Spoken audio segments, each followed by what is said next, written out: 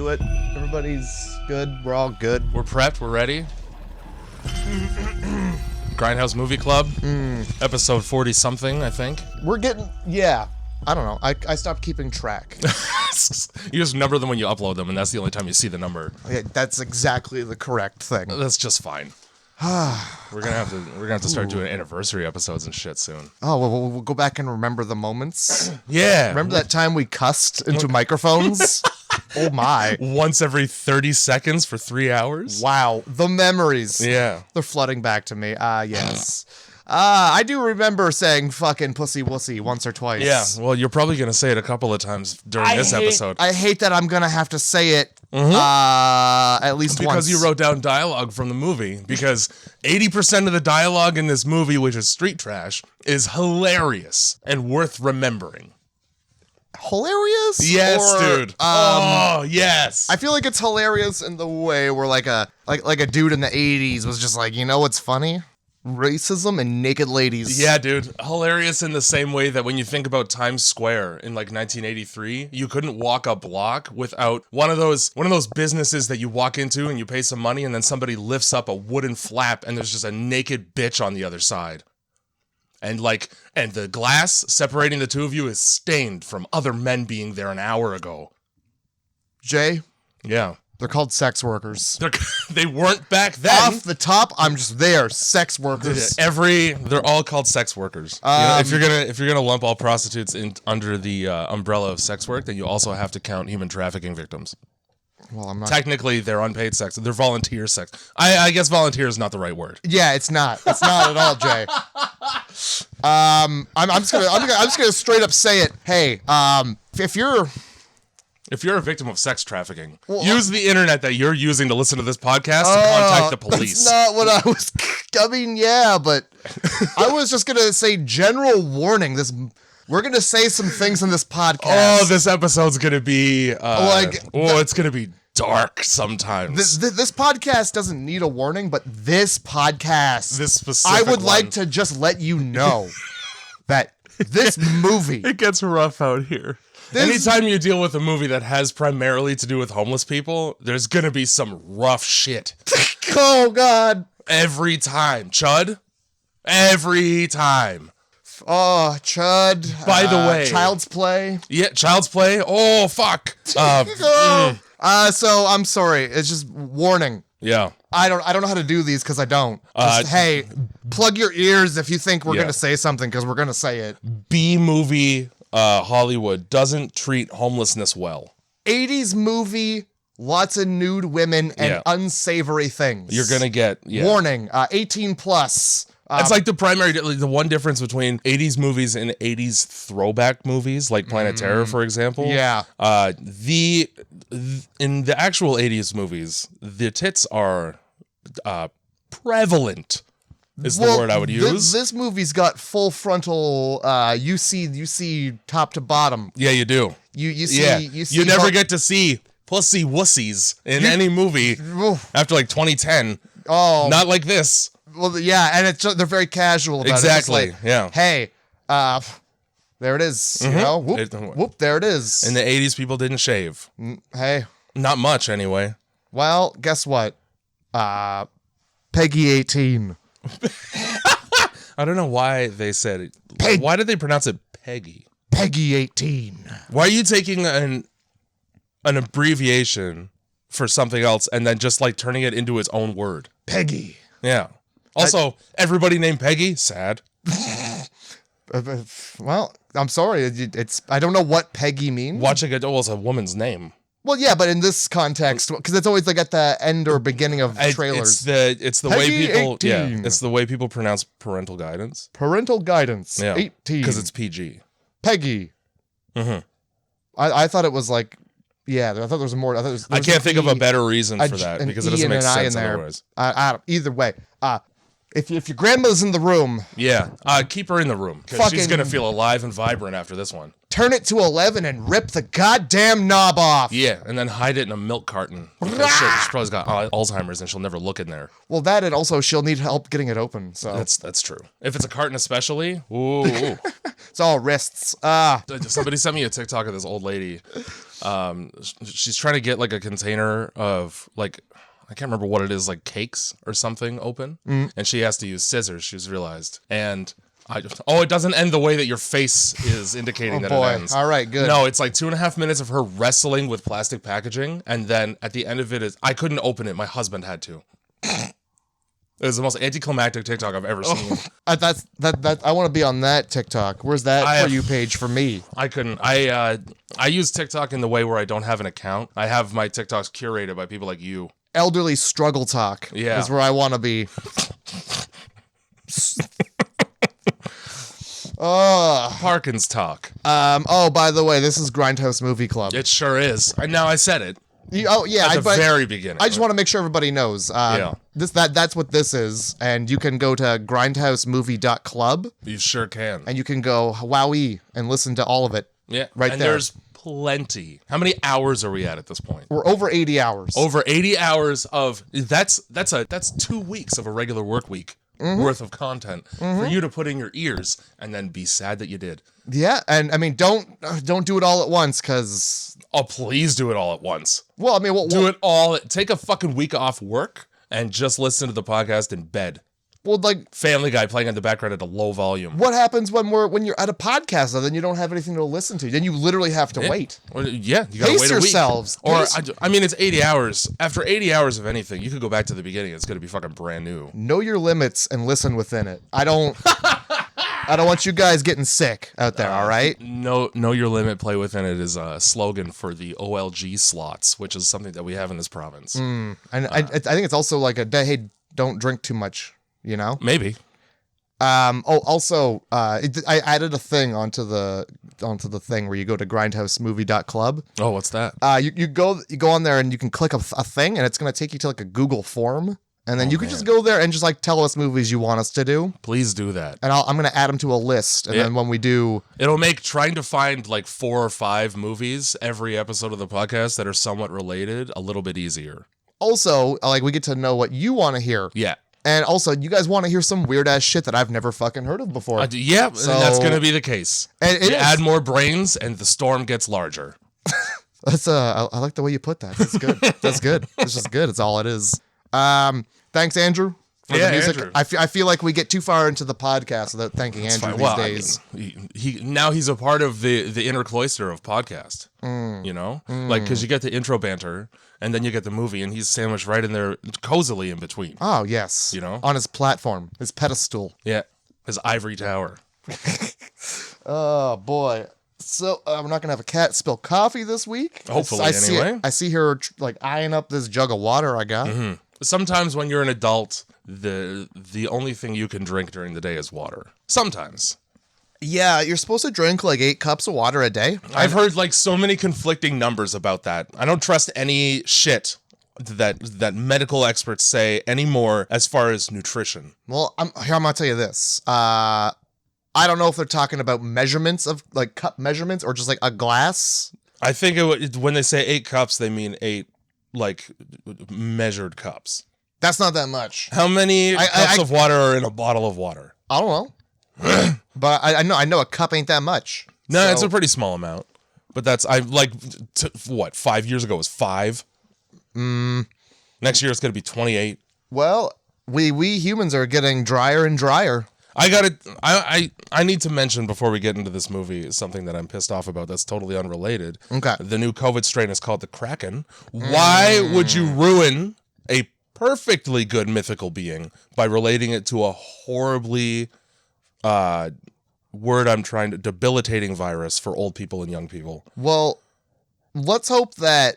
Well, I mean, and I'm going to sound like a bad person saying this. Let's hope that this strain is just horrible. Like, it just kills people. Yeah. So it lives up to the name. Yeah. And it's not like... It kills people en masse. It's not like a ship full of people who don't eat limes enough. What's the other one? Like the Obi-Wan. OBGYN? I have no idea. That one. Like, it was just like, don't worry, guys, your nose is gonna run a bunch. An OBGYN is somebody who is a doctor that looks at your vagina. Obi-Wan Kenobi is from Star Wars. He's not a doctor, but he'll probably look at your vagina. He will.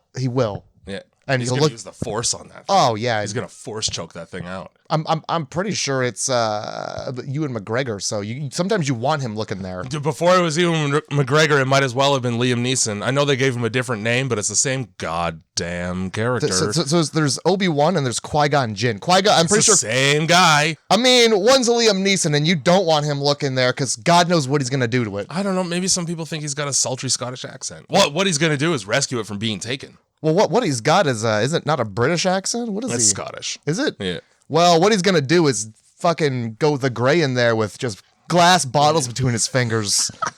You never know what he's packing. That's the problem. You ever been fisted with pieces of a broken bottle? He would. I can't do a Scottish accent, or else I would. Yeah. No, I can't. I almost. Well, That's what we get. That's Scottish for you. It went immediately to yar. Like I went yeah, and then I'm not sure well, Liam Neeson was ever a pirate. He might have been. Well, he's certainly not Jamaican either. That's. I just did a Gaelic spell. My kilt lassie. There you go. Now we're talking. All right. Well, what dirty dumb movie did we do this fucking week? You know what? Look, I didn't know what this movie. You have a shirt, and I know you have a shirt because you wear it. I have a shirt with the poster for this movie on it. I based this completely off of like, oh, Jay's got their shirt of this. This is going to be hilarious. He's going to be so happy. Hilarious is what it is. I fucking didn't know that this is what that movie was. Oh, yeah, bro. Oh, this movie's my God. Amazing. Oh, I would not. Sleeper hit, this movie. Oh, take a nap. Take a fucking long nap. It's like an hour and 40-minute long nap while this movie is playing. I'm going to need you to take a nap as soon as you see a lady in a red dress and then never wake up again. Listen, if you find a lady in a red dress vomiting in a back alley behind an Italian restaurant with rats in the food, and she goes, take me home, what's your expectation level at as that lady, honestly? I don't know. But if you see a lady in a red dress, you take that blue pill immediately. Take a 20-minute power. Were you looking at the lady in the red dress? I saw her. Yeah. I stay red pilled. Look again. Yeah, get me out of that Matrix though. But yeah, that's right. It's going to be a Matrix reference every episode. I don't care. Fine. That's fine. Follow the white rabbit. Next week we're doing a movie where the killer is a white rabbit. Ooh, don't spoil it. So we did fucking street trash. Do you have two of these sentences or less? What I did was I wrote a tagline based on the movies that we have done up to this point. Okay. Because last week was Planet Terror, which is a gooey movie. It is a gooey movie. This movie, guess what? Gooey. Well, it's a running theme. I like it. Yeah. So the tagline for the podcast over the past 2 weeks and for this movie as well is Goo Movie 2, Electric Boogagoo. Yes. Fuck yes. It's the only thing that I could come up with that doesn't have to do with like, the whole movie is just a moral about drinking bottom shelf toilet wine. And yeah, that's how you shouldn't. There's a lot spend of a little extra than $1 for a Mickey of wine. There's a couple other morals in this film. There are. But that one... Do you want, like, allegories about fucking, homelessness, consumerism, blind consumerism? Vietnam, yeah. We're not treating our troops well enough. What the fuck? Well, our troops are hiding in a dumpster. I don't know what to tell you. They're not hiding anywhere. The one Vietnam War vet is prominently displayed on a throne of tires and garbage for, like, the whole movie. I wanted to write... I wanted to write a haiku really bad. I wasn't inspired. The movie gave you nothing. I tried to write something clever. I wrote two things. The first thing I wrote is, for a movie about melting homeless people, there's quite a bit of rape. But that didn't feel clever enough, so then I wrote... No, it's just factually accurate. Yeah. And then I also wrote, 2 in the goo, now you're leaking out your shoe. Nice. Oh, that's on par with mine. Yeah. But yours is better. I don't know about that. So that's street trash. That's all you need to... They're equal in different ways. For different reasons. Yeah, man, street trash, bro. I've said bro 3 times so far. I'm going to continue to say it. This is one of my favorite movies ever. The movie itself gives me so much that I can overlook the implied rape. Implied. It's implied because it's not explicitly shown, which is the only reason why it's excusable. It's almost acceptable. Like if you have to let's gun to your head, you got to make a movie and there's going to be rape in it or I'm going to blow your brains out. This is the way to show it. Tell me I'm wrong. Tell me I'm wrong. Would you rather have like just a whole full gangbang scene? Well, no. A fucking poor drunk woman in a junkyard getting 13 UTIs at once? No, that's You'd rather that? That's not what I want. I don't want that. Well, here's the thing, right? I don't want this either, though. I don't want it. On a scale of rape scenes, this ranks at the top as far as tastefulness. That's a sentence nobody's ever said before. Sure. Okay. Absolutely. The one positive thing I have to say about this movie is I really like the font. That's pretty cool. That's a cool font that a 12-year-old can put together in Final Cut Pro in 5 minutes. It's like the Teenage Mutant Ninja Turtles turned inside out. I love it. Best intro card to a movie ever. Because it's like somebody with a rudimentary understanding of post-production. That's just like, okay, I can make it so that I can keyframe these words to come together slowly, and that's it. Hey. Whole intro. Works for me. Benny Hill foot chase scene during the introductory credits. Yeah, oh yeah. So this film opens up on a building that cashes checks and sells liquor. Which you'd be surprised how common that is in the United States. That shouldn't exist. No, it shouldn't. I think they call that a self-sustaining economy. They check all the boxes for a movie about homeless people right out of the gate, like within the first 5 minutes. Okay, footage of the disgusting part of a shitty city. This time it's New York. Oh, it's definitely New York. Footage of a liquor store. Footage of a man looking at a pinup inside of a newspaper article titled Confessions of a Sex Junkie. The only reason why I say it's a pinup that he's looking at is because he's reading it sideways. Okay, so what I wrote was homeless guy sitting there looking surprised at the newspaper. I can only imagine he looks that way because he's got it held sideways, so he's surprised he can't read. Oh, he's just baffled at how come I can't read this text? It's written in Japanese. That's kind of what I would, yeah. So on the front, I made because I saw the word sex. Okay, well, I made sure to pause this. Okay, and the article that he's reading is just called "Confessions of a Sex Junkie." He's reading it up against an oil drum. Well, that's where you read things like that. That has now. When I say oil drum, picture something you could fit a body in, and that thing was used to transport blackberry juice. Not only that, but the word blackberry is misspelled on it. Is it? I wasn't even looking. I just thought it was a trash can. Blackberry juice. Oh, no. Outside the back of a liquor store. What are you mixing?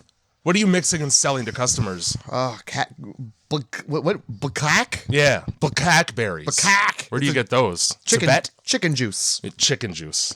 Rooster juice, actually. Because that's the noise they make? That's exactly the noise they make. All right. So, so this guy, he's just sitting there. He's reading his fucking horny newspaper. And this is our main character. His name is Freddy. Is it? I just called him Hat Bum. Well, Hat Bum, yeah. He's the only bum who wears a hat the whole movie. By the way, there's going to be so many derogatory terms for homeless people in this podcast episode. I forgot about using the word bum to describe people, and it just kind of made me smile. Yes. Just hearing the word bum so much. Funny. Bum, hobo, also homo. I don't think they were calling him that because of his housing situation. No, they call people homos in this movie for seemingly no reason. I mean, they're trying to hurt their feelings, Jay. Okay. That's the reason. Fine. Bullying. So he's sitting there. He's got this hat, and it's like a Jamiroquai hat. But it's like it's not even remotely fluffy. Yeah, well, that's because Jamiroquai got into a car accident, and that's where he scooped this hat up from. it's that, or it's like, you know those like red hat ladies. Red hat ladies. There's like groups of old ladies, and they all wear red hats. It's like a thing. I have no idea about any of this. It sounds like the Stepford Wives. It's like a you know, there's like dudes men's clubs. Yeah, it's like that, but it's for old ladies. So like a Shriner's Fez. Yeah. So okay. It's basically one of those hats, but this lady has been dead for many years. Yeah, and he pulled it out of her corpse. Yeah, after having desecrated the grave by digging it up in the first place. I don't know. He's just sitting there waiting, and this guy. He's waiting for fucking the liquor store owner to walk out the back door so that he can pull off the worst heist I've ever seen. This guy is his sneak skill level is maxed in Skyrim. Because that's the only way that you can cartoonishly walk 2 feet behind somebody without them hearing you. He walks like such an asshole. Yeah, and then he kneel crawls through the door again, right behind. Is this man deaf? Well, I imagine so. He's also dumb and blind as well. Because who just like walks through a door and then just lets go of the knob and just by God's will we hope it closes and nothing bad happens. When you're trying to commit burglary right on the literal heels of the person you're burgling. Turn around, close a door. Oh my God. That would have thwarted the whole plan. Yeah, it totally would have, because then he would have to open it as opposed to squatting his way through the doorway. Yeah, just the most conspicuous homeless man ever to have stolen anything. And he's given away when the dude farts. Yeah, in his face. You went through this. You planned and plotted this heist. You posted up early in the AM with a magazine to make it look like you'd belonged there, and then all of your effort was thwarted by air in your face. Not air. Smelly air. Yeah. I'm not going to say the word. I'm just going to describe it using other words. Broken wind. Yes. Fine. Flatulence. That's where we go with that. Oh my God. I don't know why I have a complex about that word for some reason. And then so this is why you always just fucking close the door. Just make sure the door is closed. You look at where your business is and make sure all doors are closed and locked constantly. Things like this have to happen on a weekly basis, like Wile E. Coyote style, like robberies. And this guy's not even Ed, the owner of the one liquor store every homeless person in this movie goes to. Yeah, even though Ed treats them like shit. He does. And they keep coming back like they have to hop a bus or train to get to another liquor store. Walk 5 feet. I think Ed's got all the right to treat these people like shit. Yeah, he does. Especially Red Hat Bum here, because... all they do is come in and steal. And, well, they say very rude things to him. And also, disrespect him in his own place of business. We'll get that. We'll get there. Anyway. Oh, my God. So, I don't know. This guy farts right in his face. Yeah, it does. I don't even think he makes a sound then. And the guy just turns around and goes, oh! He does that thing that people do. Well, I mean, rightfully like so. when you open a door to like a nuclear silo and there's still waste on the ground. Well, this guy gives, Benny Hill style chase. Holy shit. For a bottle, like a Mickey. Not even, it's like a small Mickey. Yeah. And the sad, in Canada, that's $8. In the States, it's probably $1.50. And in the States, they probably pay you to take it. Yeah. Get this out of my inventory. It's taking up space. Why did I bring it in? This happens every week.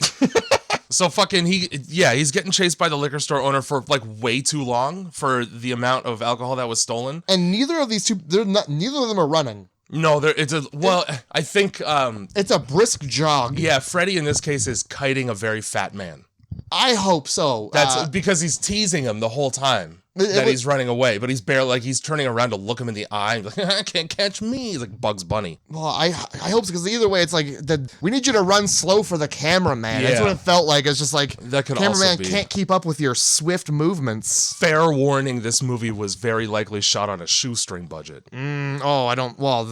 Half the budget went to goo. Yeah, it's true. Which is a good expenditure. So I don't know. This is intercut with credit scenes. And we miss parts because eventually he's just running down the middle of a road and a car cannot deal with that and just crashes for no reason. Yeah, it causes a car accident by being 1 point in a much larger radius that a car could easily have driven around. And then that guy gets out and chases him too, as if so he fled the scene. So it's a hit and run. Yeah, and when he hits this car, any moving part on this car opens. Every door, trunk, hood, they'll just pop open. That's what happens. It was the greatest smoke in history. And then, so they're all just, and then, I don't know, there's just like a train. So a bunch of guys running in a train-like format it's down the street. Also train yard briefly because you're homeless, so that's where you go to escape. Yeah, so he's got this train of men running after him. And then he gets cornered. He gets cornered during this chase scene. grabs a bundle of money from another homeless man who's that's right. That money that's is right. currently being extorted from him by another homeless man in order to pay, spoiler alert, another homeless man. They have their own economy down there in dirty junkyard, New York. Yeah. It's a complex system of hands moving around. Yeah, moving dirty money from one to the next. So yeah, there's this whole Scooby-Doo moment where like the dude's like looking for him and the bum runs behind him with the money. Yeah, because you would one of the people chasing you is standing around having lost you. What you want to do is run right past them. Right, absolutely. So then he gets cornered next to this building. And a fire ladder drops at the very last second. Oh, thank you, Lord. Yep.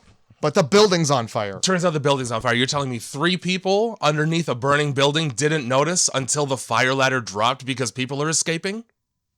Well, even then, one of them didn't, because he climbs right up that ladder and... Oh, he just didn't care.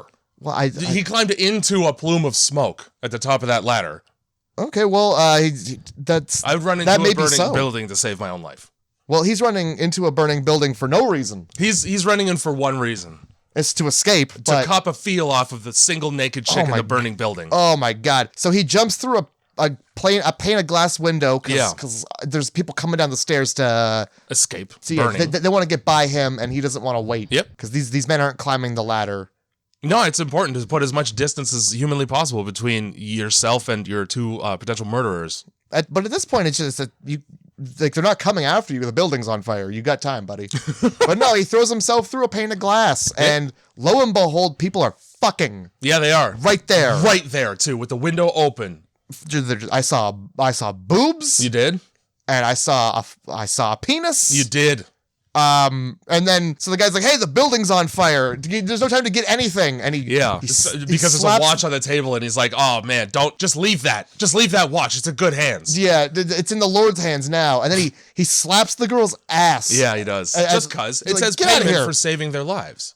And hey, I just saved your lives by letting you know that the building's burning down. Let me get some. let me get exactly some. So, for a couple of people who were just fucking, that was a very flaccid penis I saw coming down the stairs. Yeah, well, if you're mid-bang and you're told that your apartment's burning to the ground, I would say you soften pretty quick. I, at least in that situation, very likely would. You would think that you'd just be like, excited and... Also, the smoke's not in my unit. I'm putting pants on. Well, give me 5 seconds to put on pants. You're gonna tell me there's no time? There's a little time. There's plenty. I think there's time for my neighbors not to see my penis. Yeah, actually. I don't give. You know what? The fire could be licking my taint. I'm still gonna put on pants. Yeah, what happens when the fire's actually not that bad and you still have to go back and live next to these people? They've seen your dick. Having seen you and your girlfriend ass naked. Your flaccid, in broad daylight. Dick on the stairs. Also unshaven once again. Hey, nobody shaves in the 80s. You didn't have time. There was homeless guys. That's why they called it the bare naked 80s. It's been 1 week since you shaved your pubes. Look me in the eyes and tell me that I'm not wrong. 3 days since I laughed at you. I said, shave your pubes, or I don't know what I'm gonna do. I like that version of the song better. Thanks. I hope I don't get sued. Parody falls under fair use. I'm gonna just call yourself Weird Al. Oh, I don't think I could do that. Yeah, those are big shoes to fill. They are, and I'm only size 10.5s. 10.5 is bigger than the national average. Don't even worry. Oh. Yeah, dick joke. As this ladder scene, as he gets cornered on the ladder, if you pause right there, and you take a moment to look off into the distance, you'll see the World Trade Centers, and we'll just have a moment of silence. No, it's over. Oh boy. Wow, you were quicker on that than I was.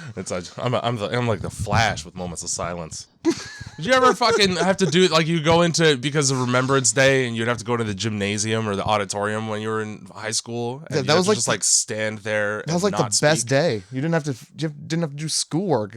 Yeah, but at the same time, I'm gonna make weird noises with my mouth, guys. Hey, you gotta. You're gonna sit me next to my pals in a large room where An outdated instrument is playing a too long song. you're showing me things that can be made into opium and telling me not to make them into opium? Yeah. What good are Poppies. They just grew naturally, which is the best part. Mm-hmm. That's what happens when a bunch of people die during war. Heroin. Oh, so yeah, I think at this point, even though he ran through the burning building, these people were still just right outside the door anyway, and yeah, they were. So all of that was for grabbing the ass. Yeah, he couldn't have gone out the back. A smarter man would have. You know, run through the flames. Who cares? You're already in the building. During the all of these this naked couple's neighbors escaping the building, there's just an Asian man in briefs carrying a lamp like he's trying to attack somebody with it. Like all of the things that you could have chosen to pick to salvage in the event that everything gets torched, and you choose a baby blue lamp. Hey, maybe it's an expensive lamp. Like the director was like, we should have this guy carrying something. What do you got at home? Just bring something. Everybody brings something they can part with. Yeah, something because he's gonna fall down the stairs and drop at least one thing. It's gonna get dropped. So this hatted bum jumps into a garbage truck because he does. You know why not? And it's not the safest place to be. You have two options when you're in the back of a garbage truck. Either it's open and everyone can see that you're in it, or it's closed and it doesn't matter if you're in it because you're fucking dead. Well, both. This guy was in like a Schrodinger's garbage truck where it didn't close all the way. What garbage truck with that fucking compressor on the back doesn't close all the way? Well, this one conveniently so that he can slide out. Exactly, like Indiana Jones. Like Indiana Jones, but instead of like going back in to like grab his hat, he puts the lid on this bottle of liquor that he's swigging because it's spilling everywhere. Yeah, he's worried about the contents of the bottle of liquor more than he is about his own life. And the $3 in that truck, which I thought was way more because it looked like a wad when he took it. Well, I mean, my assumption is that he's just like periodically loosening them like breadcrumbs. But that's how people are finding him. There's a trail of ones. Yeah, exactly. So after that, there's just like this shot of like the dump king. Yeah, I called him Scrapyard King with a meat piece. Because I don't know how else to describe the woman that he has. Sex slave, mentally delayed sex slave. That's either one. That's fine. 6 of one, half a dozen of the other. This is the war vet, but I called him King Bum. King Bum, fine. King Bum. There's just a shot of him bum in common. Doing what I don't even know what he's doing. He's just being there. I don't like. Oh, this is where the guy's like, he's like molesting this mentally delayed woman under a blanket. Yeah. And it's just a bunch of rifling around under a blanket, and then he draws it back, and there's just a whole woman in there. Yeah, and I mean, they're all clothed, but like, it's a lot of rifling around in there. They're barely clothed, and it's a matter of time until they're not. Oh, well, yeah. This movie is entirely about a God King Bum having, every time he tries to get laid, disturbed by something or someone. You're not wrong. God King Bum. Holy shit. Well, this time he's disturbed by a man being like, hey, your money got stolen. Yeah. And that upsets him so much that he just fucking up and chucks this lady. It's not the only time that he does that. No. Other people also do it. This lady... She just gets manhandled all movie. She eats the chocolatey end of the stick this whole fucking film. King Bum's first threat when he finds out that somebody took his money was, I'm going to rip the liver out of his ass. Imagine what that would feel like. Bad! I don't even know how... a whole forearm in you, and you're like, what's that? You're grabbing my liver? Yeah, it just doesn't feel rubbery and soft. It feels squishy and wet. Also, like, ultimate middle finger to anybody who has slighted a man like this, because the liver on these people is the most important part of their body. All they do is get wasted all day. You need a liver for that. Yeah, if you survive this, you won't ever drink again. Yeah, dude. Just kill me. We're treated to that scene, and then we're back to Hatted Bum, and he's walking down now. Now, look, if there's a Sesame Street, the road he's walking down is Mung Bean Boulevard.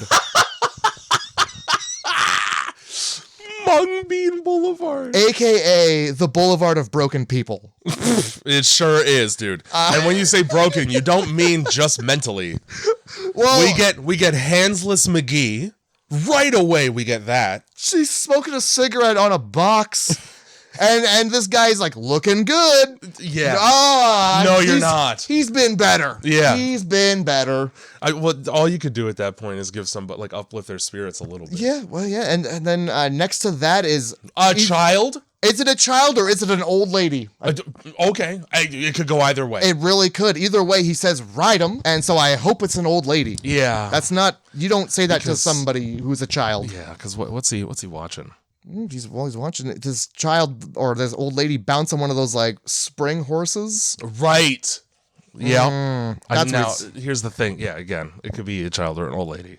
So then we just cut straight to fucking a guy who it turns out it's Ed, the liquor store owner, but we don't know that yet. Rifling through a basement randomly for no reason, finding a crate in a crawl space. Yeah, he's like, there's nothing down here but junk, but you can like see there's bottles with lids on them. Yeah. So closed bottles. What's that? What are those? Now we're gonna blow right past those. Yeah. And we're gonna get to the fucking hay-filled military crate of God knows what. That's hidden behind a wall you had to pull apart. Yep. Maybe don't sell that. Ew. What instead we're gonna do is we're gonna take the Mickeys of wine. Mickey's of wine. I have never seen a Mickey of wine in my life. Oh my God. And I can tell you right now, any wine bottled in plastic that's been derelict for 6 years is gonna probably do to your insides what happens in this movie. Not 6. Did he say 6 or 9? 60. 60. Even better. First of all, 60 years? He's like, this stuff's about 60 years old. He does fucking say Read 60. the label. The label looks like it was printed yesterday, my friend. But yeah, he's like, so 60 years? Yeah, $1 a bottle. This ought to sell. It's gonna sell. Look where your business is, again. I'm surprised it lasted in this store longer than 2 hours. Fuck, you're selling it for $1? He's like, maybe I'll get $1 for these. Even the one guy's like, can you put a couple of these on layaway? He's like, I'm not doing that shit for you. Oh my God. This is the most like stickler, dirty, homeless area liquor store owner ever. Oh, can you put some on layaway? Fuck yeah, I can. Because you're going to be back soon. Just buy them all now. Yeah. This whole scene, Ed is talking to himself in order to provide the audience with exposition. Yeah. Because I can only assume the directors realized that this scene wouldn't translate without some explanation of some kind. Yeah, he's just like, oh, a bunch of fucking junk. Because like he's like, where is he? Is he in the basement of his own store? Who knows? Because you didn't know that there was a whole crate of liquor behind a flap in your basement? I assumed it was like an abandoned building he was going through. Yeah, so then, okay, he's just rifling through abandoned buildings for liquor he can sell to poor, innocent people. Oh, but it's definitely the basement to his liquor shop. That's all it is. How are you letting that shit slip by? Some realtor really boned you on the walkthrough. Maybe I'm guessing it's like a family-owned business, and his dad was like, "Yeah, I'd like to see this family. This shit made a dude melt. We're gonna go ahead and put this away.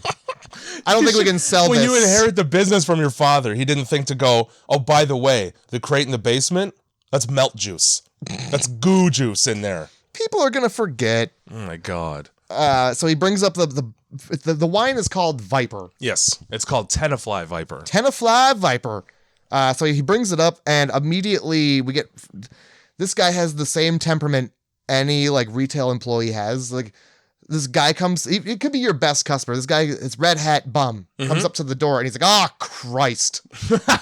That is what anybody says that the second you come in their store. At the very least, in their own head while you're in it. He puts a giant fucking sign over his face, just like tapes it to the window. Yeah, I was hoping that it was like a we'll be back in like 10 minutes kind of sign, but I think it wouldn't have mattered because fucking Freddy just waltzes right in anyway. Yep, and then they go about having the worst banter I've ever been privy to. I don't know who wrote this script, but they're a fucking genius because all of this sucks in the best way. Somebody's fucking dad who was really in a rush.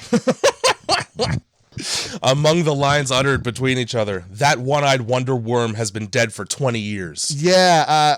Shopkeeper's like, early bird gets the worm, eh? Something very friendly and pleasant to say. Suck my worm. And he's like, you just want my one-eyed wonder worm. First of all, don't call your dick that. No, because that means it's writhing, and if I cut it in half, it'll grow twice like a starfish leg. That, and also, that's too many words. It is, yeah. Say dick. Say dick.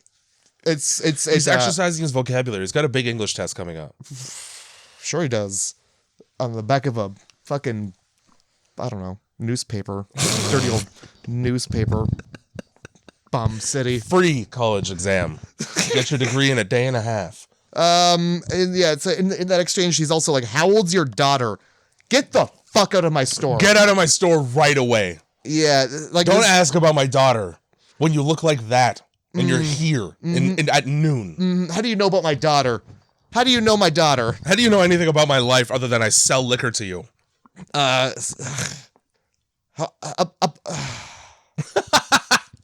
Upon hearing the price of the Viper. Yeah. This man. Mm-hmm. Well, what he says is not something you say when you find out about a deal. Mm-hmm. Well, what he says is, you're not going to say it? I need you to say it. I don't. Because you didn't want to so bad. I need you to say it. I'm going to read much worse quotes from this movie later on. Well, what he says is, because he's like, hey, it's $1. Oh, well, I thought you Jews like to make more money than that. That's just not something you say when a nice man's like, yeah, this is a very good deal for you. $1 for a small Mickey. What, you find that anywhere? You know what you fucking say is, thank you. Yeah, exactly. And then you pay for it and you leave. Yeah. You don't wait till he turns his back and pocket the $1 liquor. Oh my God. Also, if the liquor is $1, guess what? I'll go panhandle for another hour and a half and get something better. Because I would rather not. Ed himself, when he's walking up the stairs, describes it as gut rot. He doesn't even know what's in the bottles yet. Well, it's a green bottle with a black liquid in it. Yeah, it could be There's Jägermeister. no way you're not spraying something out of your butt. Literally Jägermeister is what you're describing. Jägermeister and Jameson. Yeah. Tasty. Your description is accurate. Diarrhea, but tasty. Yeah, yeah. So, oh lordy. God damn. So another person comes into the store. Yep. A gentleman in a wheelchair. And so here's what I figured they were working in tandem, like with no legs. Oh, you thought this was like a sting operation? Yeah, like he goes in. He's the decoy. Yeah, and then wheelchair guy just fucking throws everything into the area where he hangs his colostomy bag and pieces out. No, wheelchair guy is the distraction. He comes in and just knocks shit over, falls out of his wheelchair. He does that right away, doesn't he? And the guy's like, "Oh, come on, you're near the good stuff." Yeah, and he like, look at your store. What exactly in here is the good stuff? Why is the good stuff so close to where people can fall toward it? Yeah, and do always. Yeah, well, yeah, that's what he says. Like, we've already seen two wheelchair-bound individuals within the span of a morning. Keep your valuables like 10 feet back from the front door. Please. Also, if you don't want your shit stolen, don't leave the open crate 2 feet away from the front door. You got bums coming in and out of here like it's the goddamn welfare store. Oh, no. Yeah. Honestly, yeah. If you're trying to earn a profit, you generally keep the good stuff at the back of the store. Because people have to walk in past you to get to it. That's right. And you can give them an ocular pat down. Yeah. And assess the situation. So the hat bum pockets the wine. And he says he forgot his wallet. Yeah. That's a lie. Which wallet? Yeah. What wallet? What wallet? In the history of your adulthood have you ever owned? Is it an 8x11 sheet of white paper folded in half? I haven't. He hasn't had a wallet since he's had keys. Or at least a need for keys. Yeah, dude. Something to have keys to. Oh, Christ. So this is where we cut to like, there's... Oh, well, before he leaves, he makes some comment like, "Oh, your clientele is just shit." Look in the mirror. Are you talking about yourself? He saw his reflection in the glass door on the way out. Oh my God. So this is where we find out that this army vet has just a legion of folks who... He's got minions. Harass people at this corner where they wash windows. Now, the army vet's name is Bronson, and his claim to fame is having a knife made out of a femur bone that he just has in broad daylight and uses. Now, I have never seen a homeless person use a broken off windshield wiper to squeegee somebody else's windshield. I would like to think that's the best way to do it, though. Oh, well, yeah, that's the exact tool you need. Instead of the dirty handkerchief that you just blew your nose in, which is what everyone else uses in this scene. Oh, God. A car pulls up and they all just kind of like swarm it, and you can hear the person being like, no, I don't want you people near my fucking car. Yeah. And one dude just grabs a bottle of liquid and holds it at dick height and sprays it all over the windshield, while another one jumps up there and just starts rubbing. Yeah.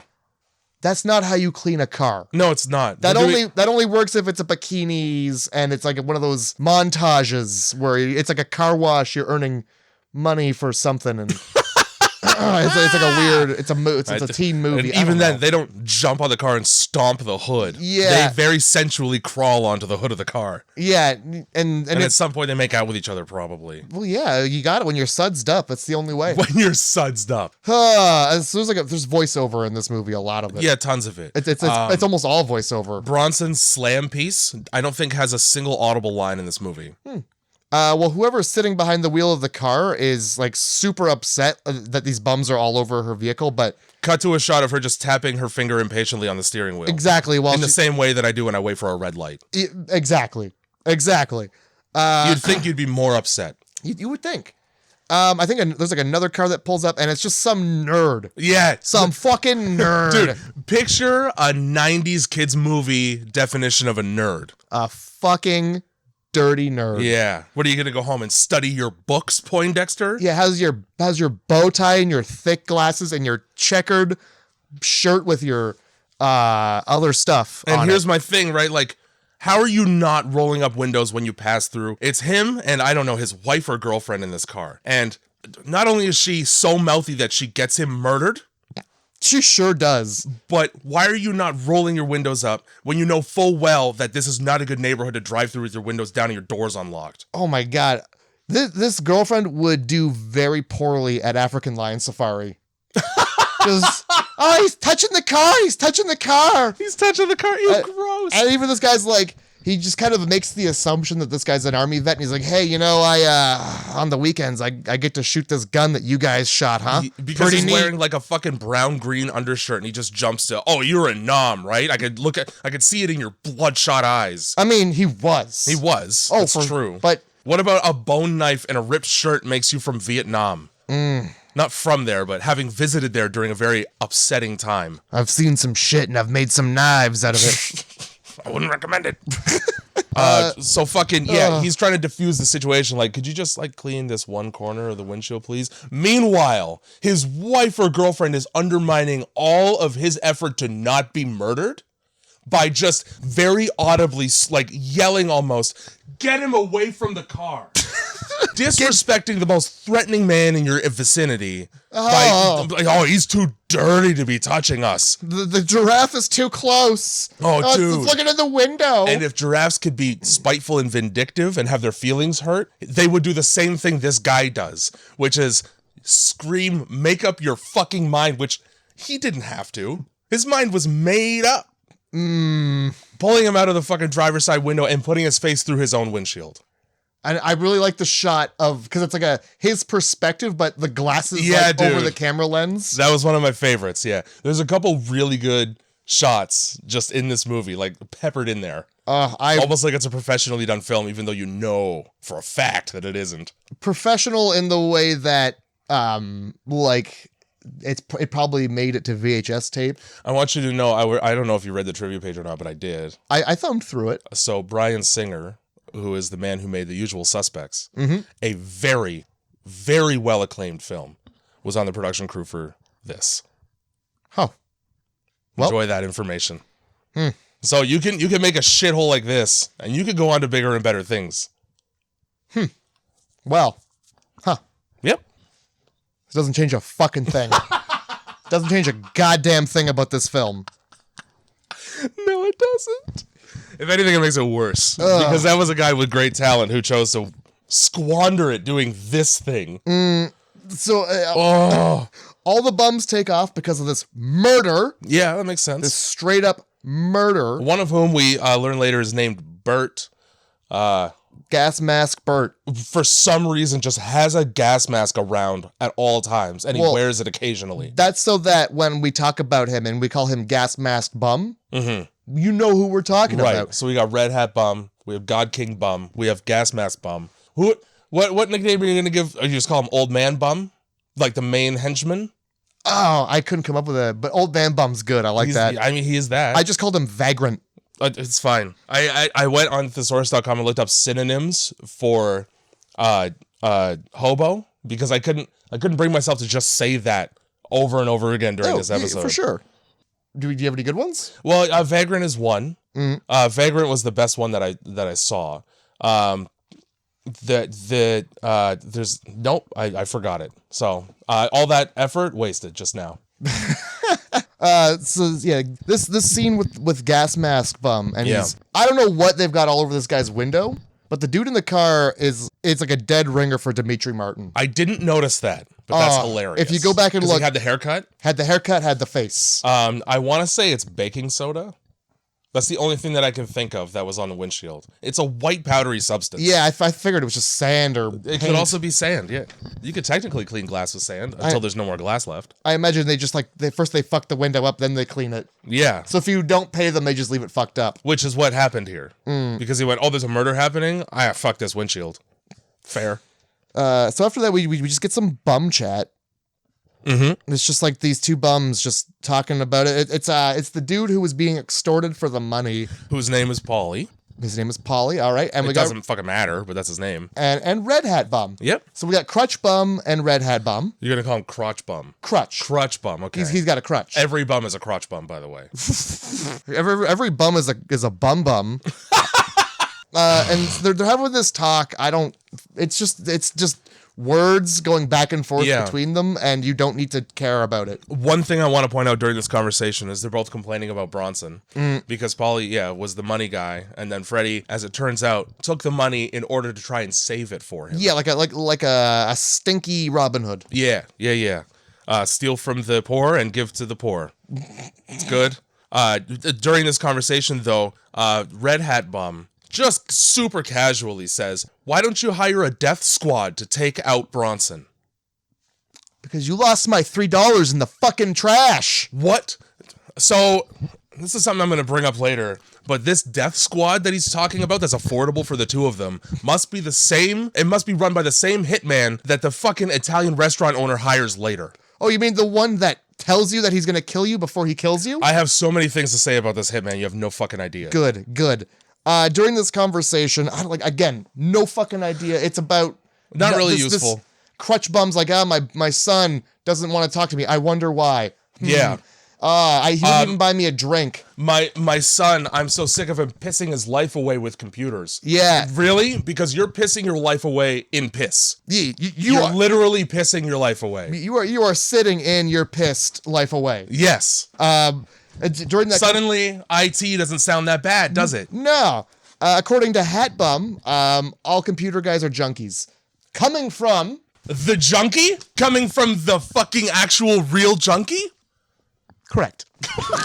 Yes. The super judgmental for somebody who sleeps in an igloo made of tires. Yeah, you would know, of course, though. The junkie would know. Yeah, you would. Of course. Yeah. Well, they're worldly. They've traveled long and far. Without the job, you get to do those kinds of things. But this guy, tied down to his computer. What a fucking man! Oh man! A roof over your head. Ugh. I'd rather have tires over my head. Tires that could be easily dismantled by a group of people at will. I don't even want to get. We're not. we might not even get to that part of the film. Actually, we're just gonna gloss over that.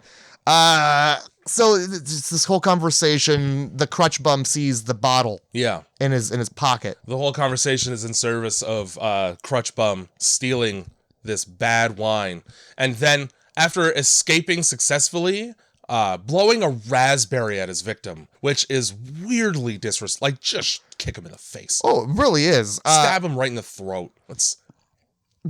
Somehow that's better to me. What I really like is because he's like, I need advice. I haven't had a decent bowel movement in a month. Put raisins in your hooch. That is exactly the advice. Just fucking raisins in your. How about lay off the liquor? How about get a box of all brand buds instead? With what money? I mean, it can't be that expensive. It really, $2? I don't know. Don't buy 2 Mickeys of this dirty Viper wine. Get yourself some fibrous cereal and eat some food once. Go to the fucking hospital. If you haven't shit in a month, go to the... Because, I didn't even clock that it was a month that it's been. That guy's got a Bezoar the size of a softball. He's fucking redhead bum's like, that's probably why your breath smells like shit. That is. Oh my God. It starts coming out the other end. Yes, it does, dude. If you don't release it out door number 2, it goes back to door number 1. It sure does, dude. With a vengeance. Shit finds a way. Oh my God. Remember that? What was the name of that show that the fucking... Oh, I'm never going to remember it now. It wasn't it was Untold Stories from the ER. If you've ever seen that show, one of the stories is about a guy with, I think, pica, right? So you just eat hair, and then the hair clumped together, and then he went to the hospital only when he started shitting out of his mouth. You'd think you would have an inkling that something was wrong before that.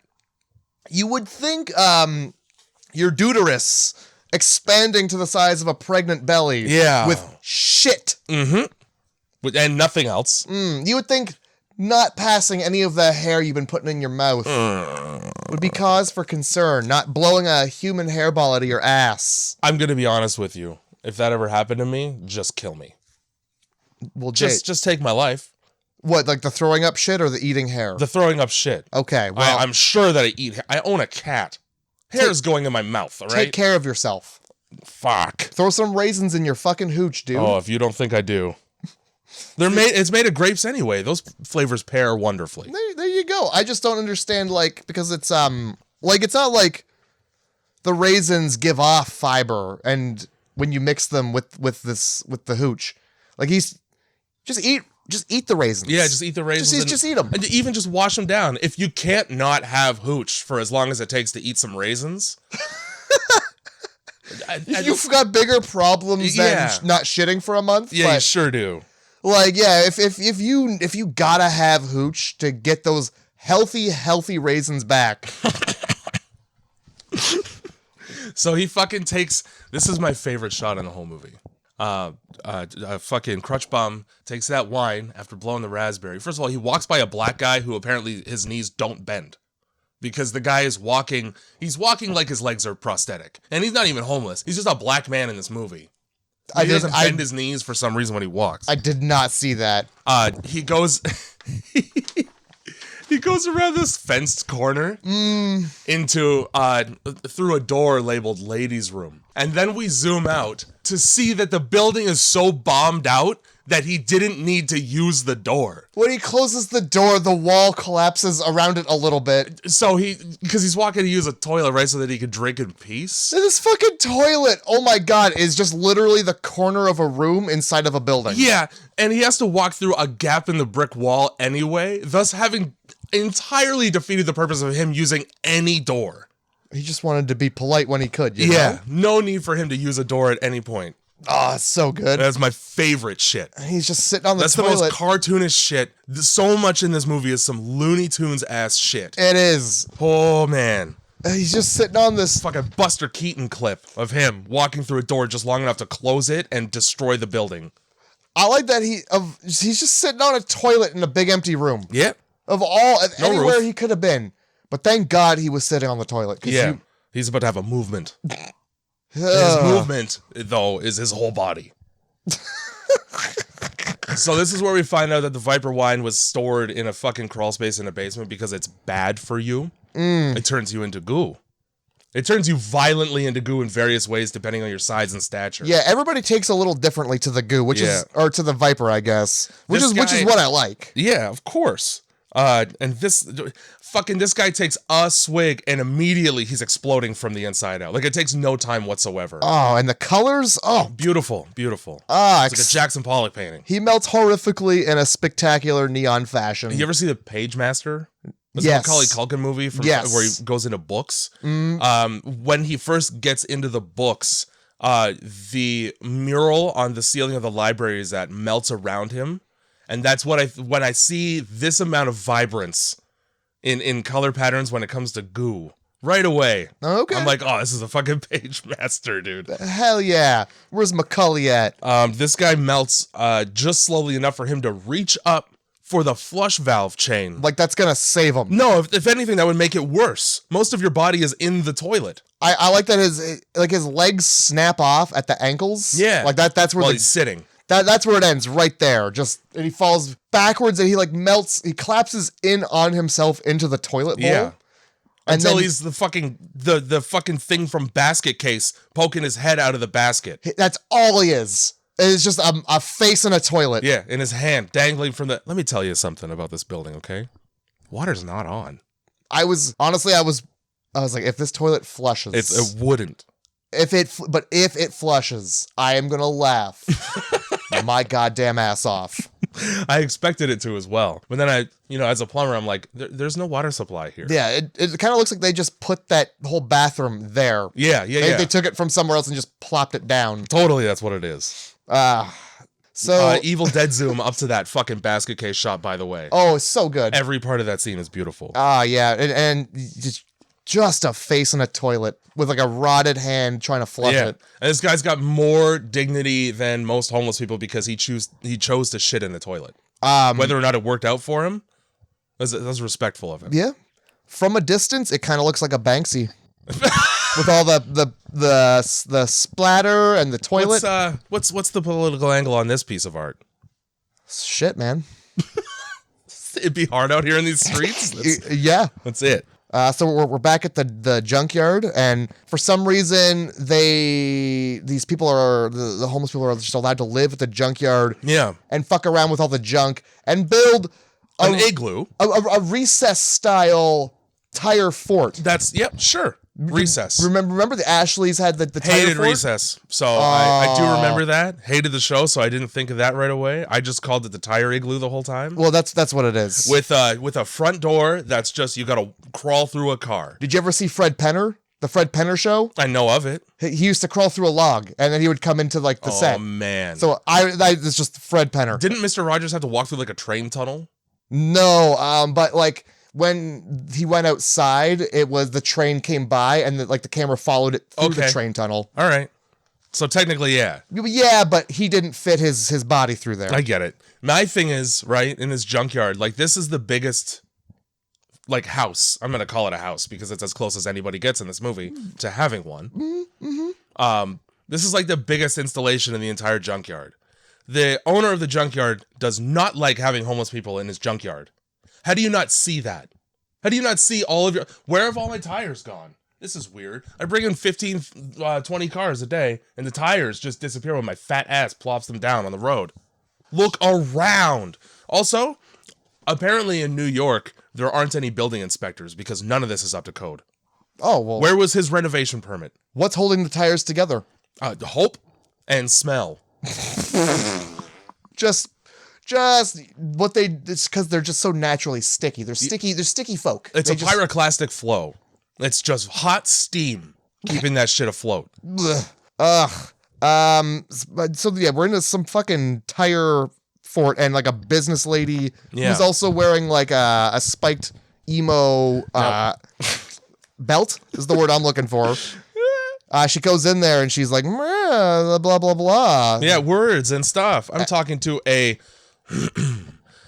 underage homeless child. I'm talking to well, he's not homeless. He's got some tires. Yeah, that's true. Fair enough. And then, all it takes is some tchotchkes and you made your house a home. And then like her boss over the loudspeaker just says horrible shit. Yeah, starts disrespecting her out loud in front of all of the employees at this junkyard that can definitely hear it because it's over an intercom. And her first words upon walking into the office are, "I really don't like how often you try to rape me in your chair." Right, like that's just her response. Yeah. Man, it's really a bummer the way that you do that. So what you got to understand about this man as well is that during that like scene where she's talking to him, he says, that's what 300 pounds of cellulite sounds like. It is. So as it turns out, let that be the description of this man because it's accurate. It is. His job in this movie is to be that much cellulite in a ball. So picture that and do horrible things with it. And then he says, I've never forced anyone to do anything they weren't dying to do. Yeah. No, they were dying because you're so big. Yeah, they were dying because you insisted on being on top. That's why they're dying. They weren't dying to do it. They're dying because they're doing it. There's a fucking huge difference, and it's you. You're the problem in all of these interactions. But yeah. That's what every rapist ever says, by the way. She straight up like walks in and is like, could you stop trying to rape me so much? Yeah, and I appreciate it. If you don't stop trying to rape me, I might quit. It's a very weird. They kind of like approach this so like ha ha ha. Yeah, it's all in casual fun. The sexual harassment in the workplace until you see it happen and you're like, holy moly! Oh, you sat through more than one afternoon of this? Good God! There are other fucking jobs. Put your resume in at a call center. Anything. Sell newspapers. Be a maid in Manhattan, for God's sakes. That's always an option. It is. Fuck. So there's like this whole fucking blah, blah, blah between them. Yeah. And that's basically the gist of it. I wish you wouldn't rape me. I wouldn't if you didn't love it so much. Yeah, Hey, I might quit if you don't stop raping me. Well, you're not going to give up this job. It's at a junkyard and I'm massive. Well, I wish you wouldn't stop letting so many homeless people build forts with my junk. Yeah, because she's the one giving them the go-ahead on that. I don't know if you noticed on his desk, there's, how like when people have loved ones, they'll like have a picture of them on the desk. Yeah. Well, what he has is just an ad for a blow-up doll. Nice. Not even a picture of the ad. For the doll. He cut out the whole ad, not just the image. He's framed that. He's thinking about buying it. Yeah. He's got to mull it over a little longer. There's this they start arguing with because I don't know how they get on the topic of it, but she's like, they're not homeless, they're runaways. Mm-hmm. And then I don't know, this guy's just like, yeah, well, my children aren't, and they've got jobs. Yeah. My one child is a custodial engineer at IBM. Yeah. Which isn't a thing that's not a job anybody has anymore. That's unfortunate that I don't think I knew that IBM was just defunct, like it doesn't exist anymore. I assume figured it just does. got like absorbed by Apple like everything else. When was the last time you went to a public school and saw a yellow old sideways computer? Where you can't tell if the yellow is from the manufacturing or age. Jay, did they want it to be that color or is it that color now? Jay, it never starts off that color. No, that is years of sitting in a public school where nobody is smoking and yet somehow there's smoke. Somebody's staining these things with nicotine. Somehow. One high school jock spitting the fucking dip spit out on the keyboard. How much dips? They're coating the room in dip spit. As somebody who went to high school with a bunch of these people, I could tell you, they can produce plenty. They sure do. And you know what was weird? They were allowed to do it right there in class. Yeah, they were. And they just had a little thing they just spit into it. It's kind of like, this is really disgusting to have. No, you walk out to them, they go, it's not flat Coke in here. Yeah. This is not Nestea. This is brisk. I'm not making a dish for home ec that involves a lot of molasses. I didn't realize I went to school with literal llamas. Oh my God, dude. So, disgust. It's just gross. Yeah, it's bad. It's all bad. So everybody makes fun of this big guy and his janitor son. Yeah, exactly. They're like, custodial engineer. Isn't that a janitor? Not at IBM. Hey, guess what? Yes, at IBM. Yes, at IBM and anywhere that has custodial engineer, then not only are you a janitor, you work at a place where they try to couch the title of janitor in big words so that it doesn't make you feel bad for doing it, which means you're extra a janitor. When you write them down on paper, you're going to find that janitor and custodial engineer have a lot of the same responsibilities. Yeah, they sure do. They're toilet-related responsibilities for the most part. It's a lot of identifying fecal matter and then removing fecal matter from said surfaces. Yep. You know what? You're right. Not just toilets. It's a lot of fecal matter-related duties. It's generally wherever the fecal matter ends up because it's nobody else's job. No, yeah. Custodial engineer, what are you designing something? A fecal matter receptacle that's even more efficient at collecting the fecal matter? Nobody comes out of the bathroom and goes, "Hey, receptionist, there's shit on the floor." Now we're gonna need somebody to clean this up. I need a waste disposal unit. Okay, let me call Steve from the 3rd floor down here. Steve, put that mop down and pick up the other mop.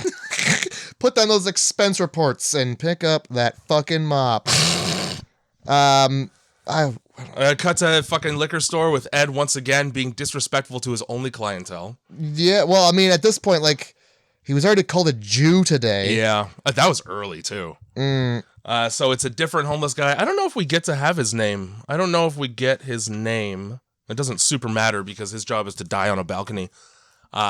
Just trying to give Ed the business. Yeah, well, he's like, hey, can you put a couple of these on layaway for me? Yeah. No? I'm not putting anything on layaway for you. I can't guarantee you're going to come back with clean money. But then he's like, hey, you think I got it easy? And like, no, I don't think that. Look at your teeth. There's no mystery about whether or not you have it easy. Yeah, look, just like... Nobody with a gap in their 2 front teeth that I could land a plane between has it easy. Nobody I can take my thumb and wipe a Simba-style swipe across their forehead. Without having touched sand before that. Well, I was going to say have it come cleaner than it was before. Yeah. Has it easy. That's the opposite of marking someone. Yeah, it's... Well, it's just fucking anybody who's like, yeah, this $1 bottle of wine and you're going to give me a hard time. Yeah. They don't have it easy. And so, like, this whole conversation is like 5 minutes long between Ed and this homeless guy, where he's slow rolling like, I got the fucking universal truth for you, and when you hear it, you're going to think differently. And the way that you're thinking now, it's not going to feel so right, because I know the right way to think. I wore this tuxedo to my wedding. Thanks, man! Get out. Thank you so much for the Rosetta Stone to just life in general, in the fact that you don't have a closet to put that in.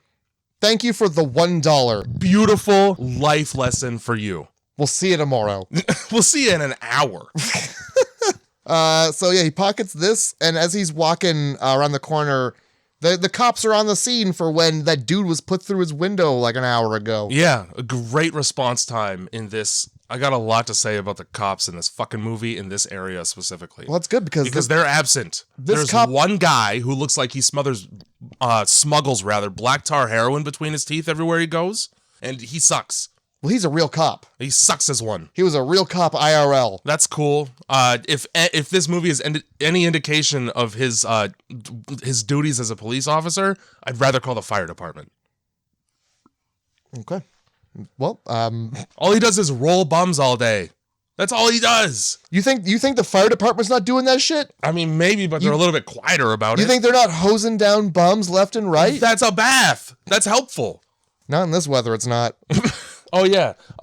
Despite the fact that this winter has been spring up to this point, here in our city, it is now a blizzard outside. I don't know what it's like now, but yeah, it's not much better. Sick. I really, when this guy like leaves the store, he's like, shit. I don't know why he says it like that, but because he doesn't have it easy, man. That's why he doesn't have it easy at all.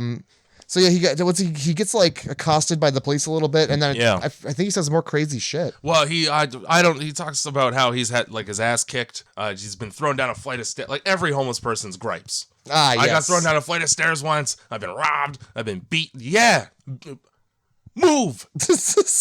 I'm not asking you about that. You don't even have a house that you gotta sell first. This is an active crime scene. Just go. Yeah, also. Yeah, I'll be back later for more information from like he's gonna have any. So the guy fucking climbs a fire escape where he lives. That would be horrible. Yes, it would. Imagine being the person who rents that apartment building and you open your window to that every day. That. Maybe you're on the balcony in between floors, but even then, that means that like twice a day in New York in the 80s, you're having bath water thrown out onto you. Bath water and dirty dishwater and laundry water.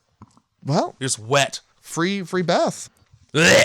Free used bath. It's exactly. So there's, I don't know why he's got a cat on this. I think the cat just was hanging out in the area. Well, yeah, he doesn't know the cat's name. No, so. it's just pussy. Well, how the fuck did it get on this fire escape? It certainly didn't use the ladder. No, that's true. Sometimes they have steps. There is the ladder, but then also, so maybe it came from the roof. I don't know, dude. Alley cats are fucked up. Fine.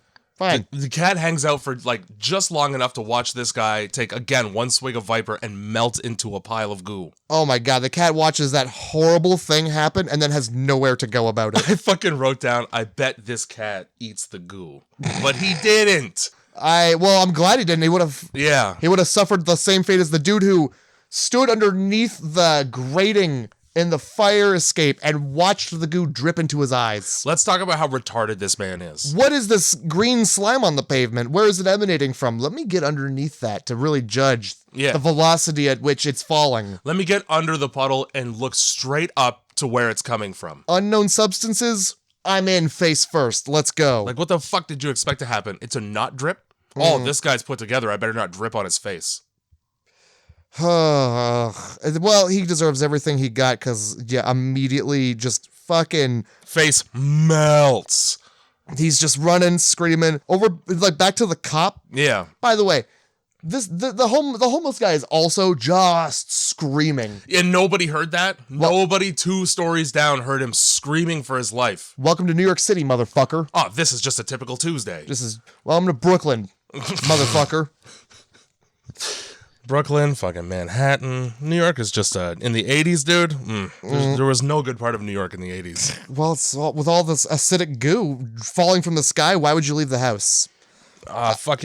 He makes his way to the cop, and the cop throws him onto a flight of stairs, basically. Well, yeah, you got to assess the situation, and you need that situation to be as flat on its back as possible. Mm-hmm. And this purple dress lady comes up and is just like, the man's face and neck are melting right, into itself. Right. They're trying to explain what's happening, and she comes up and starts screaming, and the guy's like, look, I can only listen to one person at a time. Yeah. And she's like, well, is it because I'm a woman? No, it's because a man's dying right there. It's because I can only listen to one person at a time. That's just the way my brain works. Yeah. Also, like, you should do something to help him.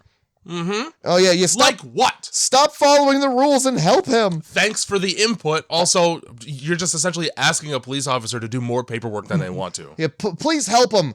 But in that same breath, you're the kind of cop who would use a traffic violation to pull me out of my car and rape me. Where is this happening? And meanwhile, this guy's face is just sizzling like fajitas. Oh, yeah, it is. The guy looks procedurally worse and worse as the movie goes on. Well, he doesn't... I mean... The cop, I mean, not the guy who's dying. Okay, I was gonna say, because he goes from person to puddle, like, real quick. Yeah, no, it doesn't take any time. It doesn't take the whole movie to do that. And that's that.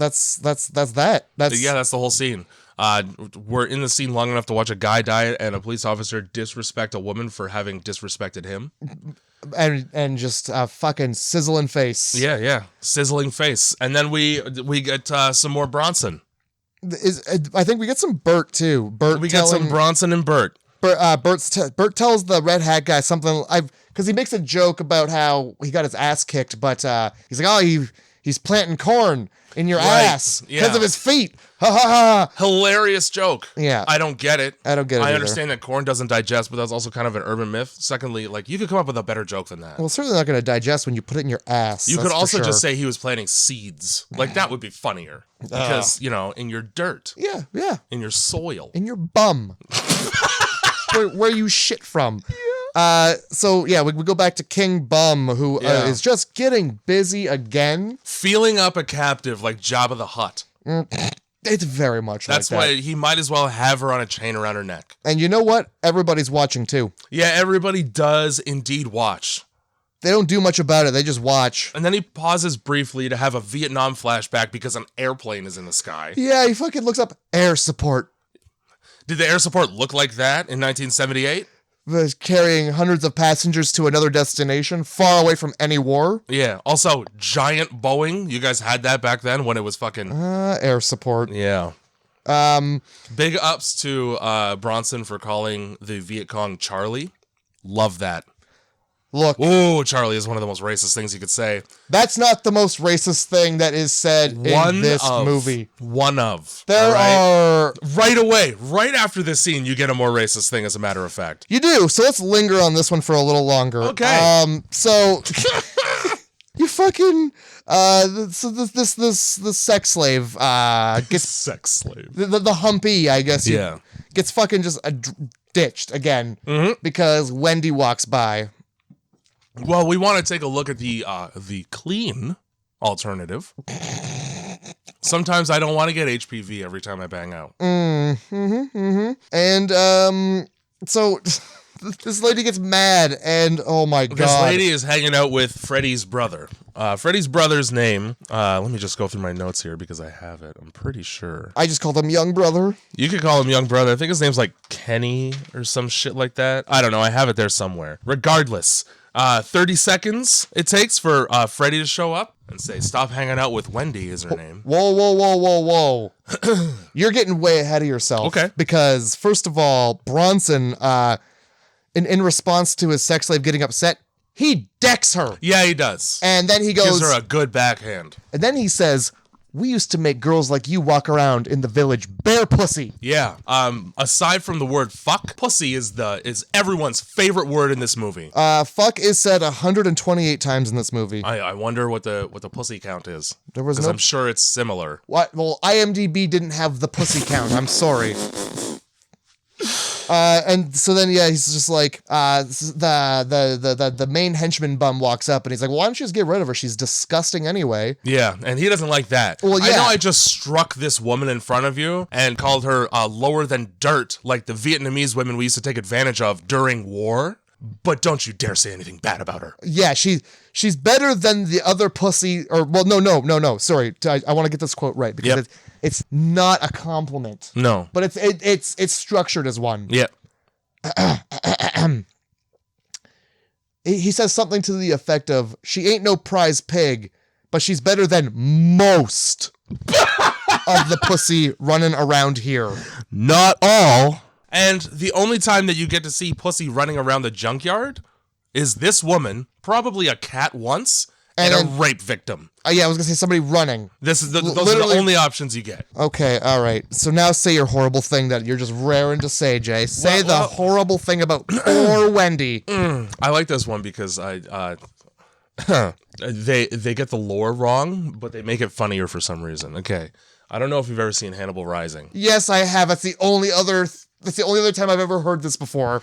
So Freddie walks up to Wendy and his younger brother hanging out, going back to their dirty igloo. Well, Wendy doesn't live in the dirty igloo. She actually has a job and goes somewhere else at night, which is smart. Yeah, hanging around the digloo. The digloo is her job. Yeah, and her voluntary service is to take care of the underage runaways for a reason we find out later in the movie.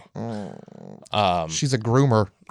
Yup. Freddie shows up and goes, "Stay away from my younger brother. He don't need no upside down pussy." Because she's Japanese. Now in Hannibal Rising, the canon is that the vagina is horizontal as opposed to vertical. Yes, not upside down. I believe the phrasing is it runs crossways. Yes. Now, what does an upside down pussy look like? Your clitoris is on your taint? That's the only... What else? Yeah, like, I feel like that's not... Vaginal canal goes down instead of up? It just doesn't work that way. No, there's no way that it does. Unless you have a fistula. Everybody. And I hope you don't. If listening you do, at home, if you do and you're hearing this, you have more pressing issues than this podcast and finishing it. Get that shit sewn right up. Get that sewn up like Jack Skellington's mouth.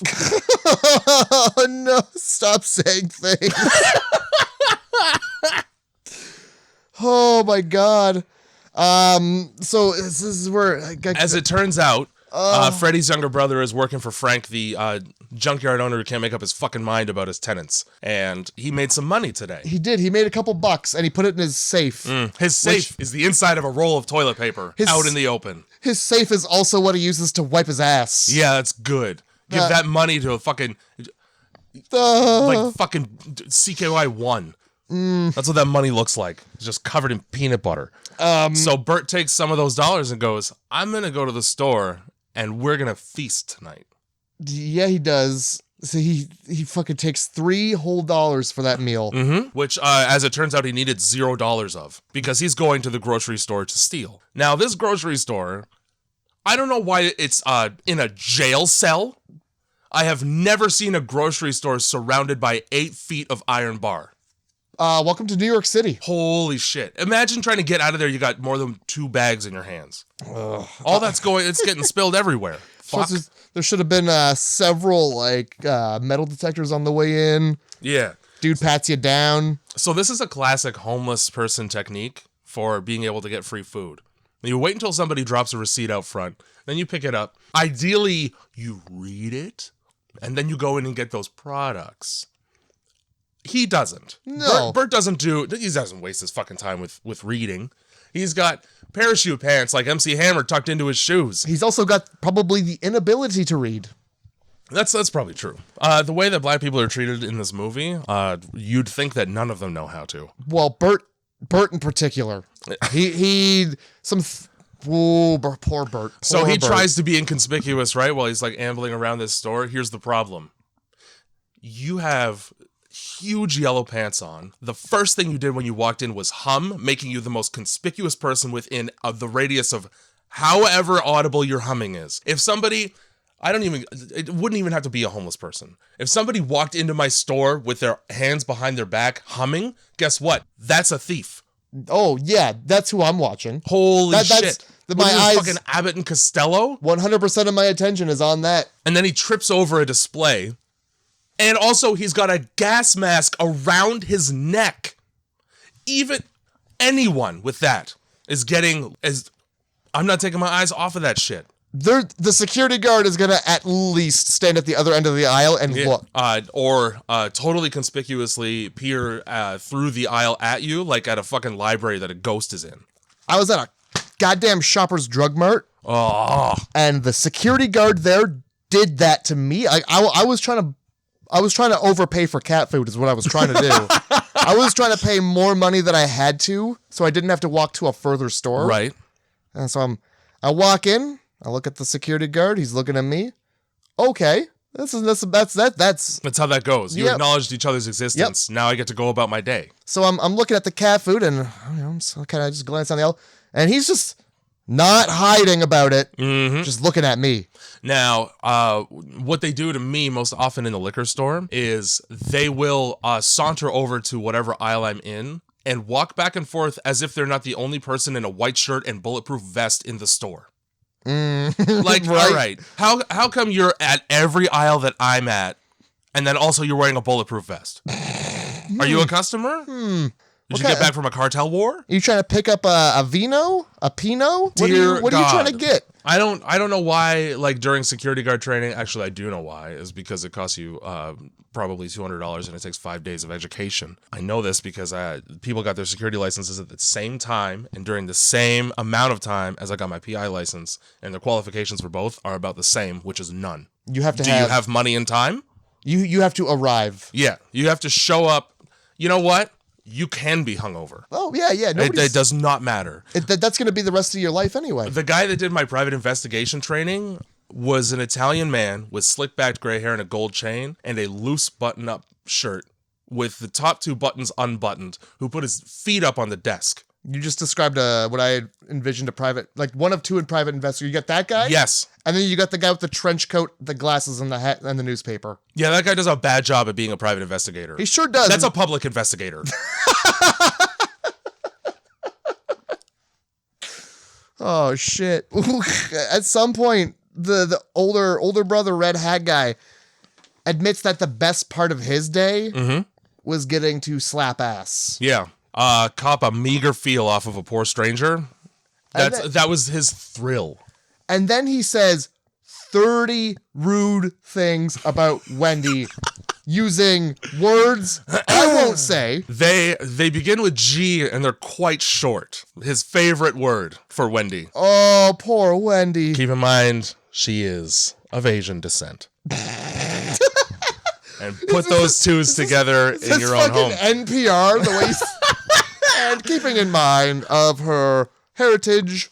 I'm Ira Glass. So wait a minute, this is what. So their dad went to. I don't know if their dad went I to picked it Nam. up. Yeah. And he came back a piece of shit. And yeah, they weren't allowed to watch Godzilla without him screaming that word. Yep. Which makes sense because Godzilla, at least the original, has a high concentration of them.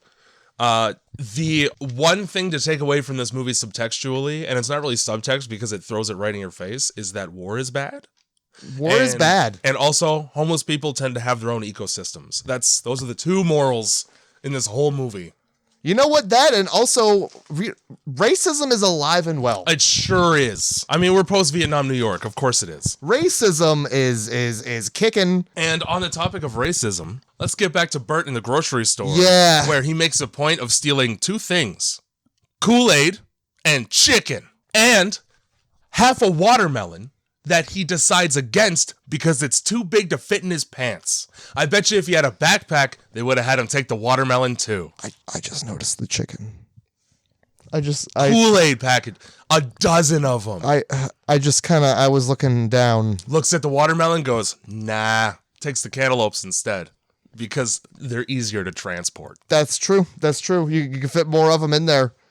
So yeah. As if a filth-colored man wearing a gas mask could ever not draw so much attention that he could steal anything. There's nothing nonchalant. No. So he's just jamming raw chickens down his pants, which, by the way, I don't want them. No, you can keep. And like Freddy, when Bert says that he's going to go to the store and he's like, "You never shop frugal." He's like, "I don't want to eat anything you bring back."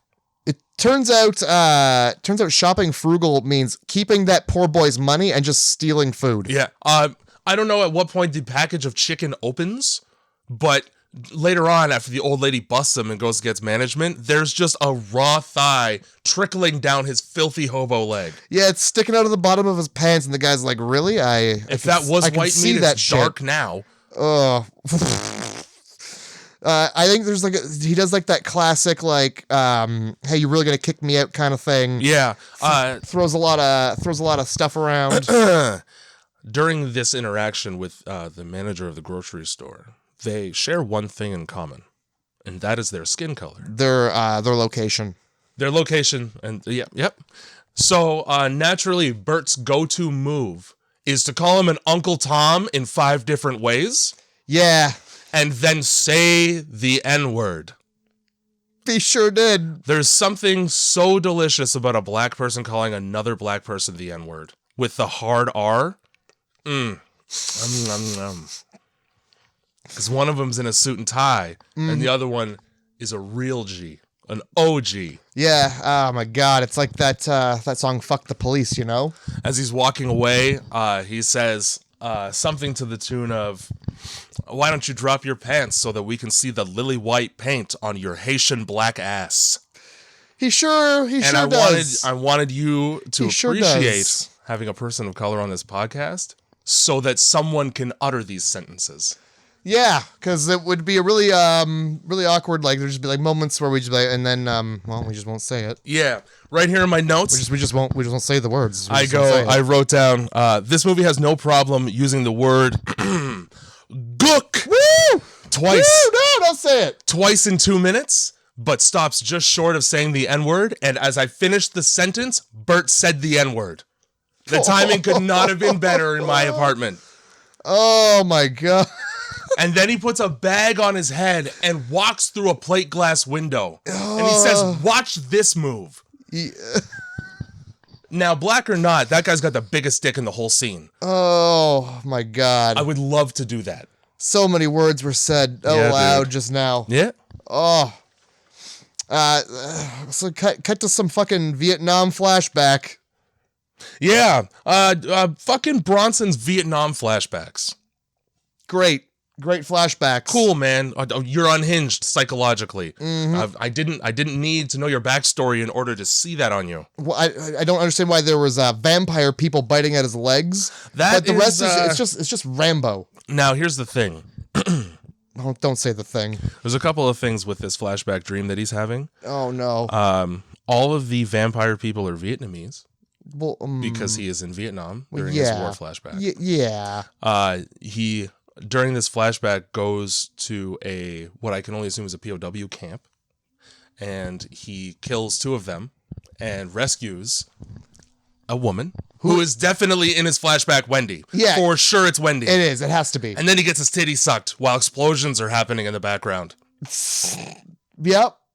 Great. Best flashback ever. Wicked dream. Yeah, real good one. Wicked fucking dream. From the flashback, and now correct me if I'm wrong, but we go straight to the coroner dealing with crutch bums, gooey remains. No, there's more in between there. This is where, because he wakes up and just throws a grenade because flashbacks. Right, he does do that, and then the younger brother wakes up. Yeah, and so this is Jay.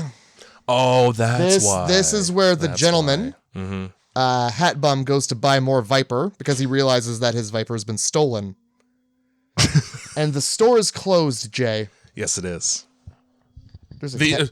There's a snoring cat. Hilarious. Again with the, so he just like gives up because the store's closed because it's late night. Okay, but this is so late at night that this is a necessary liquor run for you because you're about to experience withdrawals. Yeah, you just try the one down the street. You just stole your brother's money for this, so you better not come home empty-handed because he knows. Also, yeah, try the other liquor store within a stone's throw of where you're standing right now because of where you live. Speaking of which, throw a stone. You're all. What are the odds there's cameras in that dump? There's no cameras fucking anywhere. Bert was just walking up and down aisles pocketing shit for like an hour and a half. Oh, God. The reason why I thought it was the coroner next is because right after Bert walks through the plate glass window, that's when we get to see the coroner scene. Oh, wait. Yeah, I'm jumping ahead. Yeah, it is. We go to the police station after the window. You're right. And they're like, oh, man, look at all these melted bums. It's a serial killer, right? It was crazy. Yeah, this is the only serial killer in history that melts his victims. Now, you know what, Jay? Yeah. That would have been a great film. If that's the turn this movie took, it'd be great. It'd be great. That doesn't happen, though. No! This movie's barely about melting homeless people. This movie's barely about the movie. The ending of this movie is a big nothing. This movie presents itself as, like, melted homeless people. Yeah. You get, like, 4. I know. You get much worse things. Yeah, you do. But yeah, they're like, oh, what is this? The fire jelly? Oh, you mean napalm? Yeah. Yeah. Nah, napalm don't do that. And then, I don't know why, every coroner feels the need to eat over corpses. But in every movie, the guy in charge of the autopsy needs to get his snack in first. Well, that's because he's so okay with decaying flesh and fecal matter in front of him. And sushi. That's the meal of choice for this situation. Perfect. Everything's smelly raw. Fish. Yeah, great. So immediately, Mr. Bronson, aka King Bum, is prime suspect for no reason. For a great reason. Because everybody knows that he carries a bone knife with him and that he's a psycho. Literally, whatever fucking beat cop. His name's Bill the cop in the movie. That's because his real name is Bill and he was a real cop. So he's talking to the coroner and this young man whose job it is to arrest prostitutes comes in and goes, can we collab together? Let's, you help me, I help you. You get the derelict and freewheeling puss off the street and I'll get the leaky bumness off of it. And together we'll provide cohesion to the neighborhood. They're going to clean the streets. Yeah, because when I want to affiliate with somebody on an investigation, when I want to bring them in as help, I need them to describe their job as, I'm on pussy patrol tonight. Oh, did he say that? He sure did. Oh, no. Pussy patrol, everyone. At this point, the coroner just rips a blanket off of a taxidermied skeleton. Yeah, take a fucking gander at this one, guys. And it's laying in a seductive pose. Yeah, I don't know. It's like a fucking pinup girl. It's like Kate Winslet in Titanic, the way that it's laying. Yeah, that's that. Yeah. So yeah, my bad. Now we cut to the gas mask guy telling him that his homemade booze is called Sneaky Pete. It's called Sneaky Pete. And it's cut with piss. Because he's gotta thin it out a little with piss. Because water is with dehydrated orange piss coming from him probably. Because water's so hard to get your hands around these days. Yeah, even though the cleanest part of this junkyard inexplicably is the bathroom. Yeah. So they have a candlelit dinner out. What? Candlelit dinner out. Oh yeah. Beautiful chicken spread. chicken some spread. uneaten burgers on the grill because he fucking his eyes were bigger than his stomach. You're right.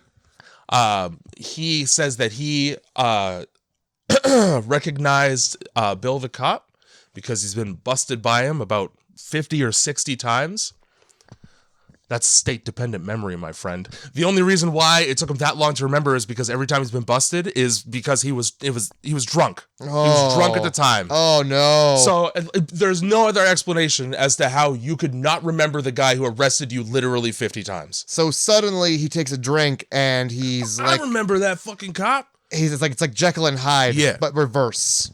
So good. I'm glad that the only time you can manufacture memories is when you're loaded. Although look at your situation, it makes sense. What a healthy way to go about living. And then I believe he described the manager of the grocery store as a Rastafarian. That sounds like... Well, it doesn't sound good. It doesn't sound like the proper word at all. It's the black tire changer at your Formula F1 pit stop. That's a Rastafarian.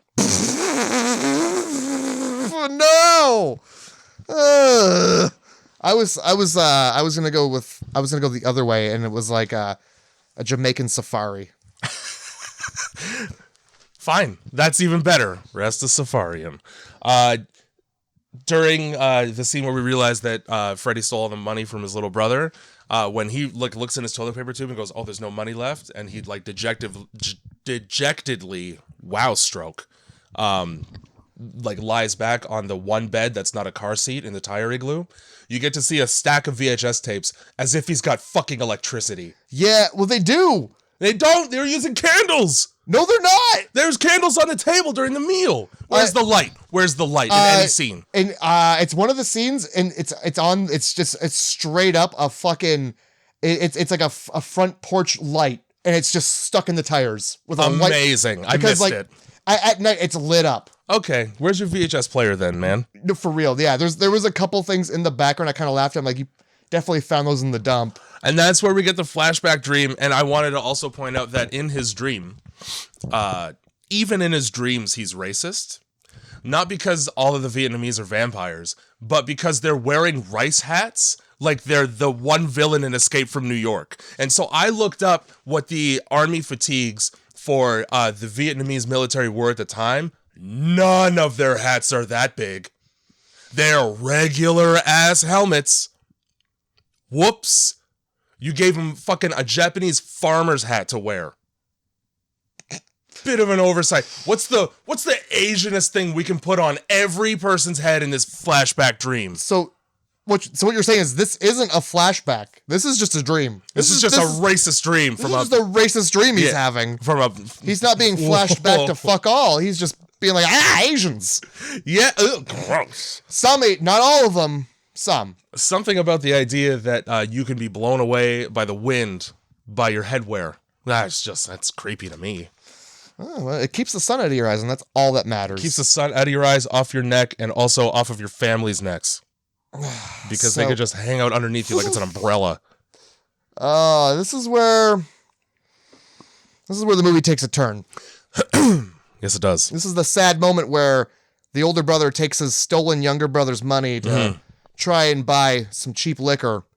Well, he gets something much better than cheap liquor, doesn't he? Depending on your frame of reference. So, Christ. So the door's locked, lights are off. Yeah. Store's closed. Bummer. But what can I do now? Well, better walk down the street until I find somebody throwing up in an alleyway that I could take advantage of. Yeah. So what he finds is not a drunk girl who's horny, but a horny girl who is drunk. Are you sure? Yes. One came before the other, definitely? I believe so. Okay. Because she has no idea who she's talking to. She thinks it's her boyfriend. Well, if she would look. Like it doesn't. Like, if she used her eyes for a second. That's cool that you, you could be so drunk that you think somebody is somebody else. Mm. But then Your other senses are going to kick in. Yeah, like eventually. Smell. Hearing. Eventually taste. Hearing a voice come from somebody's mouth that's not the one you're used to. Also, touch and feel. This woman's boyfriend is a mafia connected Italian restaurant owner. Yeah. And he walks with a cane. Freddy is none of those things. Freddy is a homeless man. Yeah. The only thing that they share in common is that they are males. So was she only really feeling one part of him that was strikingly similar to his boyfriend? No, that's what I'm saying. She's a horny girl who got drunk. Okay. I don't know what it is about being horny and drunk that makes you say things like, I want you all the way in me. Yeah, she really is. I want you not only just in me. Let's make sure we're clear about how far in. Yeah, because I need you to go past the tip. It's fucking bullshit. All the way up in my womb. She insists that he be up to the hilt inside her. Now, that's a gross thing to say to somebody in public, drunk or not. Mm-hmm. Somehow, though, and I got to commend Freddie for topping it, his response is, I don't want to start you bleeding on the street. Yeah. Yeah, I heard that, and then I went, he didn't say that. When was the last time you had sexual intercourse? Birth? Well, I'm thinking that he thinks he's going to get way up in there. I understand that he believes he's got the hammer. Here's the thing, though. I think he thinks he's going to get further than he needs to be. Yeah, further than any man has been before, to infinity and beyond, like Buzz Lightyear. Like in the Simpsons intro when Homer's being chased through the garage and he just runs through the door. What's that door? The cervix?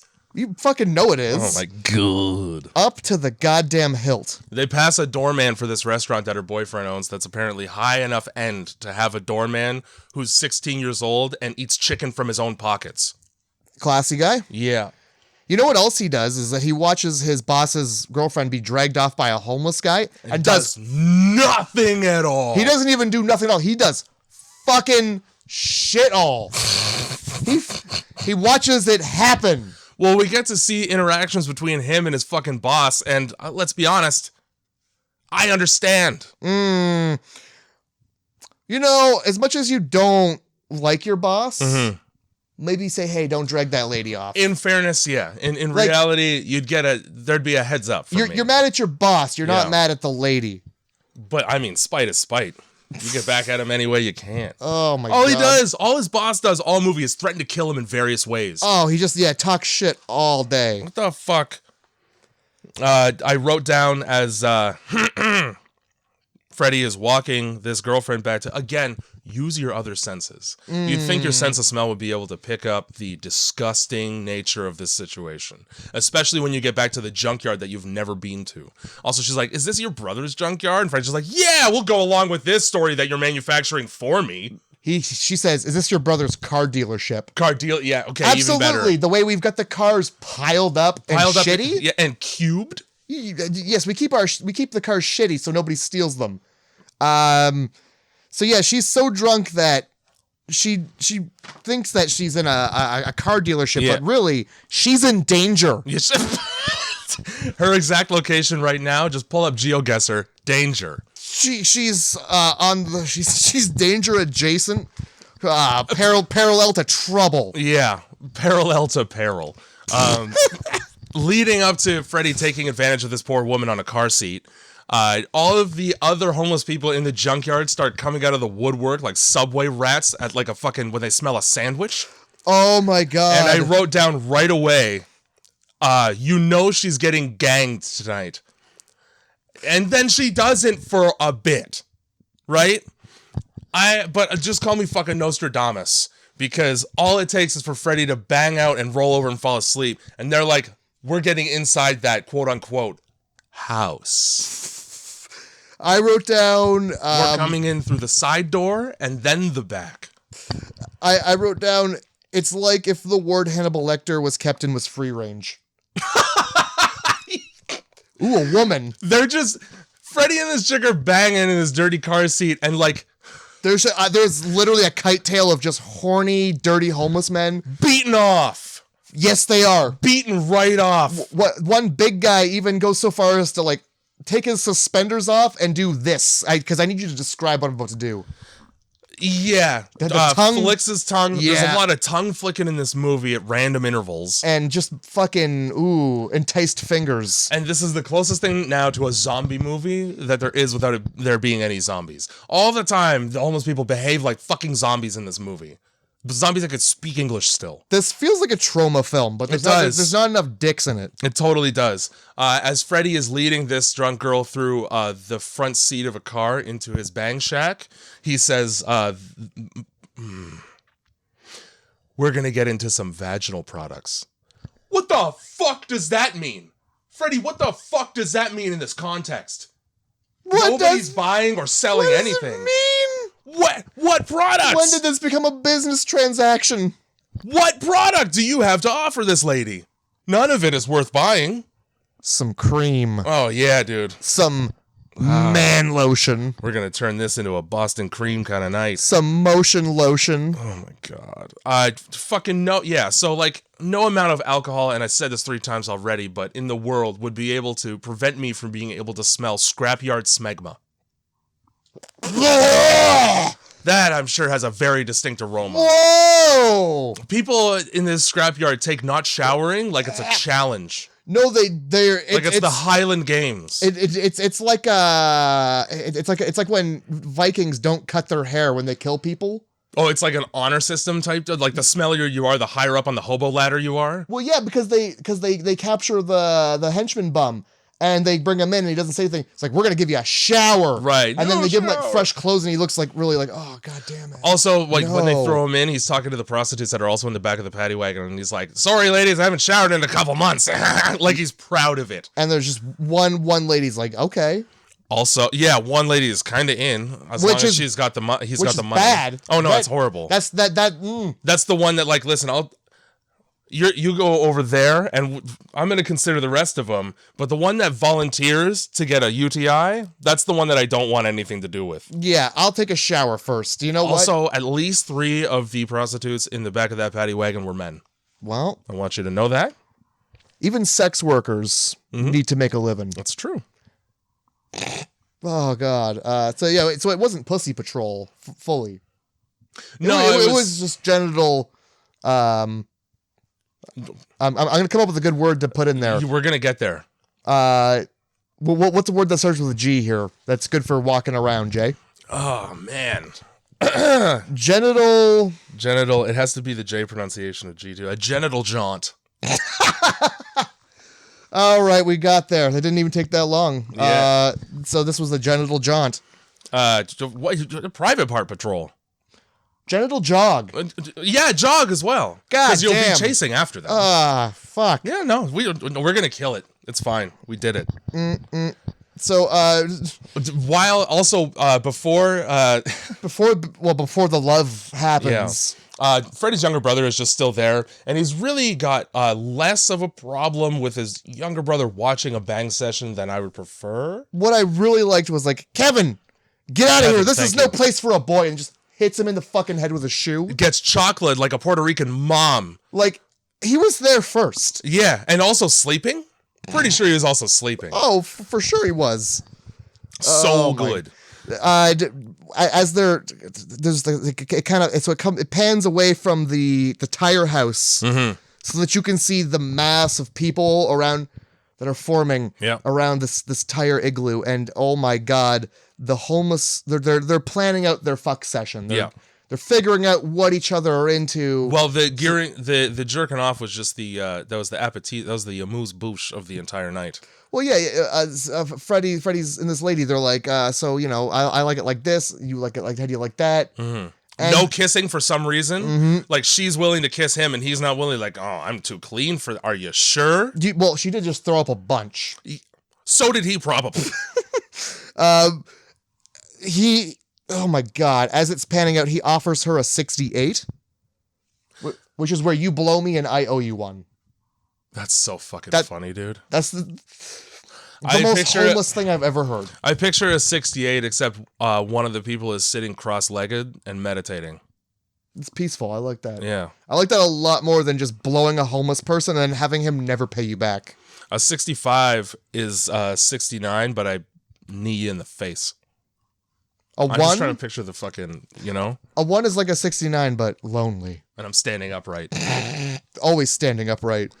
Wrote down in big capital letters, why are they all so gross? Because that's all I saw was grossness, tongues out, dirty teeth, jerking off. And then they go, let's tear this fucking place down after fucking Freddy's a 2-pump chump, and then he goes to bed immediately. So, everybody who bangs in this movie goes to bed right away after. So they're banging. Yeah. And the whole chair flips over. And like this whole time, you know that there's a mass of masturbating homeless people outside. Anaconda mating ball of dirty men jerking it. Now you're like, oh well, this can't get any worse. Well, guess what? Oh. The couch rolls over. There's a fucking Ouija board. I didn't even notice that. It gets worse. Oh no! Not only are you about to have something horrible happen, ghosts too, maybe. Yeah, man, ghosts. They probably watched. Too, maybe. Yeah. You never know. So yeah, come to find out, if you build your home out of tires, not a whole lot of privacy. No, and also it could be torn down pretty easily by horny guys. Guys with motivated guys. Yeah, you get enough horny guys together. Actually, this happens almost all the time when you get enough horny guys together. Never a Kodak moment at the end. So like fucking some goddamn Nightmare on Elm Street or Friday the 13th, she's just on the ground and a fucking gnarled hand comes through the tire hole that they just made and she gets dragged out and carted away. And at this point, I wrote down, because I don't know, I wasn't sure if you were going to see it or not, one dude brought a pickaxe to the gang rape. Yeah, he was standing outside the thing the whole time. While everybody's jerking off, he just had his pickaxe. Because he knows what he wants. He knows what gets him all. He's got a certain type of philia, and it's necro. Yeah.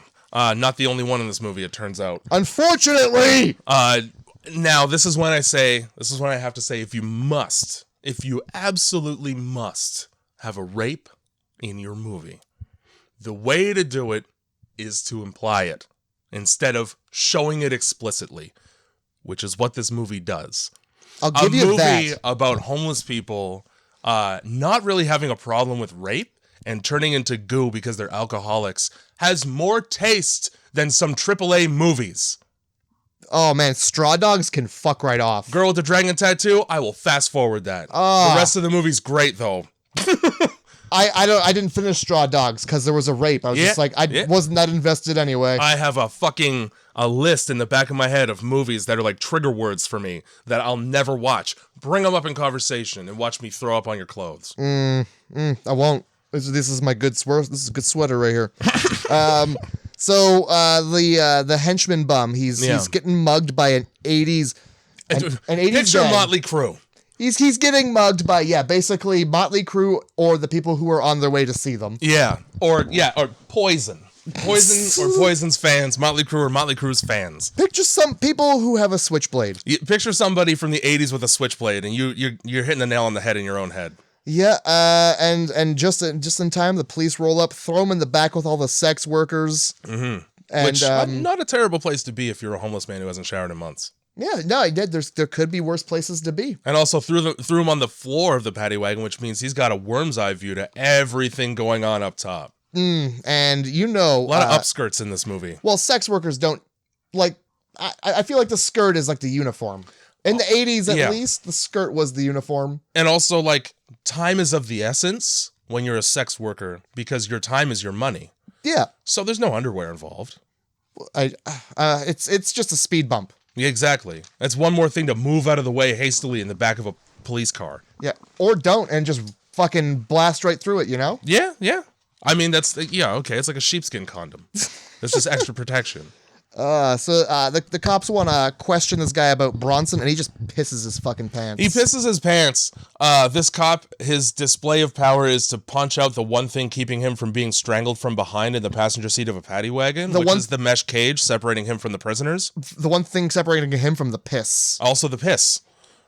In that situation, I think my reaction would also be to piss, just out of spite. Well, they're just going to shower him. They shower him anyway. They do. They use it as a threat, and then they deliver. They shower him. They don't really ask him too many questions. And then they dump him in the back of like an Oldsmobile at a landfill. Which means after they showered him, they either knocked him out or blacked him out. Because how else did he fucking get there?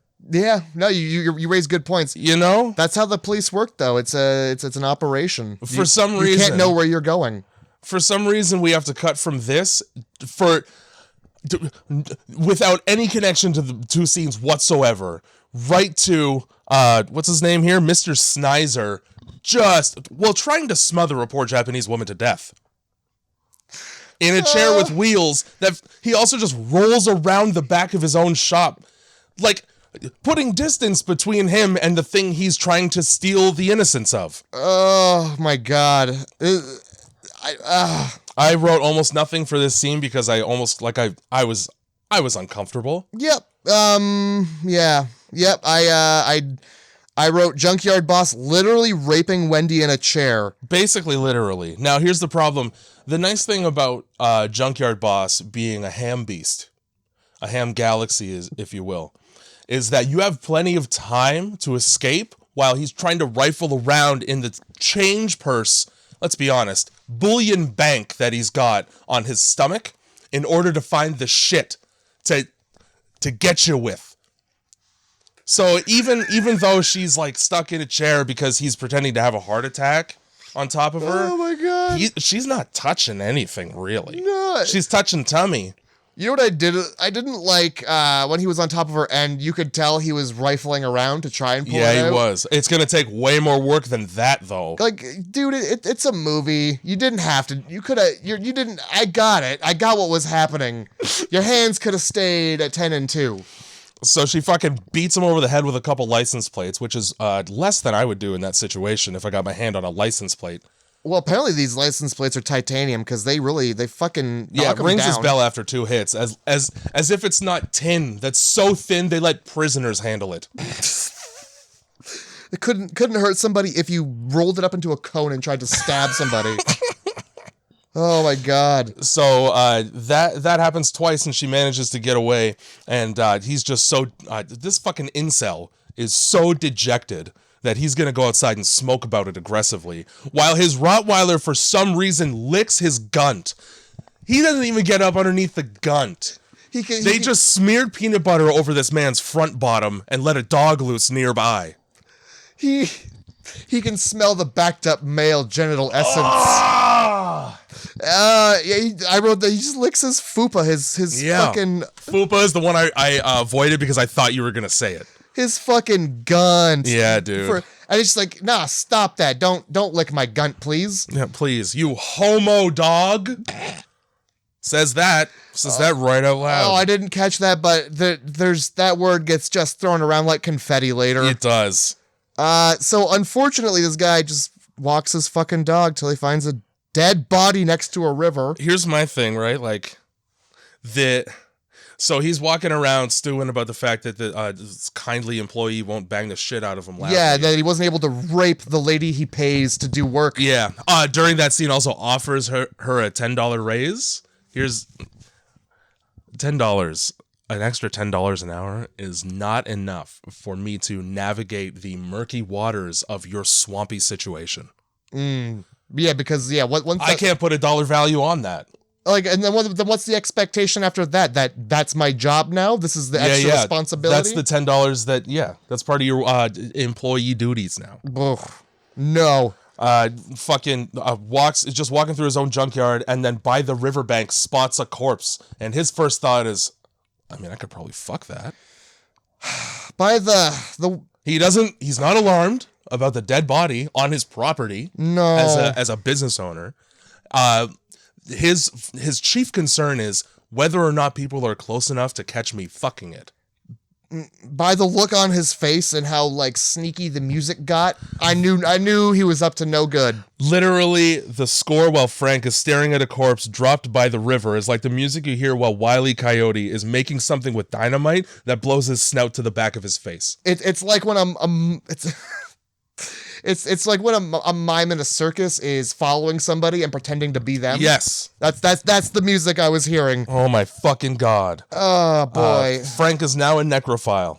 Yep. How do we know? Because in the next scene, we get Bronson and Freddy. having a bit of an altercation. Yeah, there's a little altercation, just because a little. Freddy still does owe Bronson money. There's a scuffle. There's some words exchanged. At this moment, a homeless man with absolutely no awareness of his surroundings pisses through a mailbox slot between two cars right onto Bronson and gets his dick cut off for the pleasure of doing that. It takes him an awful long time to realize his dick's been cut off. I don't care how drunk you are. If you touch my dick and it's not my hand touching my dick, I know. I understand. Danger. Let me just read what I wrote here. Okay. Bronson removes a whole dick from a guy and he just goes, huh? Like Scooby-Doo. He probably continued to pee out the fucking whatever was left of the hole. Leak. Let's use the appropriate word. Yeah, sputter. It's like a backfiring car. Oh my god. Yeah, dude. And he screams so loud that Frank, he hears the scream and realizes that there are some more pressing issues, so he goes to investigate them. While doing that, though, does his zipper up. Well, which means that he had gotten down to business. Well, yeah, the screams ruined the necrophilia. Yeah, which is weird. No, it's not actually. It is very weird because normally there wouldn't be screams. It's necrophilia. Exactly, yeah. The job's already been done. I guess the screams always ruin the necrophilia if you're only two people in the room. There you okay. Okay. Yeah, if somebody sees you doing that, there's going to be screams. There's going to be screams regardless. And also, if there's nobody around to see it and there's screams, you haven't become a necrophile yet, and you should try harder. There's a terrible key here, and it's whether or not there are screams. The one thing that separates a rapist from a necrophile is the screams. Oh boy! So this movie is educational. Well, do you think that when he heard those screams, he imagined there was a game of dick football happening? There's no way that he could possibly imagine that all of these trespassers are playing hot potato with somebody's penis. Hot penis tato. It's just fucking dick. It's more like hot fingerling. Don't say that. First of all, when they made the dick, they made 3 sizes. Wrote that down too. Already know all about it. We got pecker, we got poker, and we got packer. Yep. So I don't know which one he was holding. It seemed like pecker. You think so? Because I thought poker. There's no way that packer would fit in frame the way that I'm picturing it made. Fair enough. Okay. Packer is the size of fucking this junkyard owner's body. I would definitely say that we see at least 2 different sizes. I feel like it gets bigger and smaller. Interesting. I didn't pick up on that because when I'm watching a severed dick fly through the air, I'm not gauging its length. Let me just get the tape measure out here. Well, Jay, what are you doing when you're watching a dick fly through the air? Laughing hysterically. I'm laughing hysterically for an hour. Shit.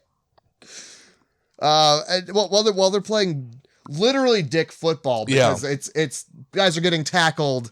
And the dude's happening. One guy does it like a fucking field goal where he just throws it in the air and kicks it. Yeah, he does the Heinzman pose where he's catching the football.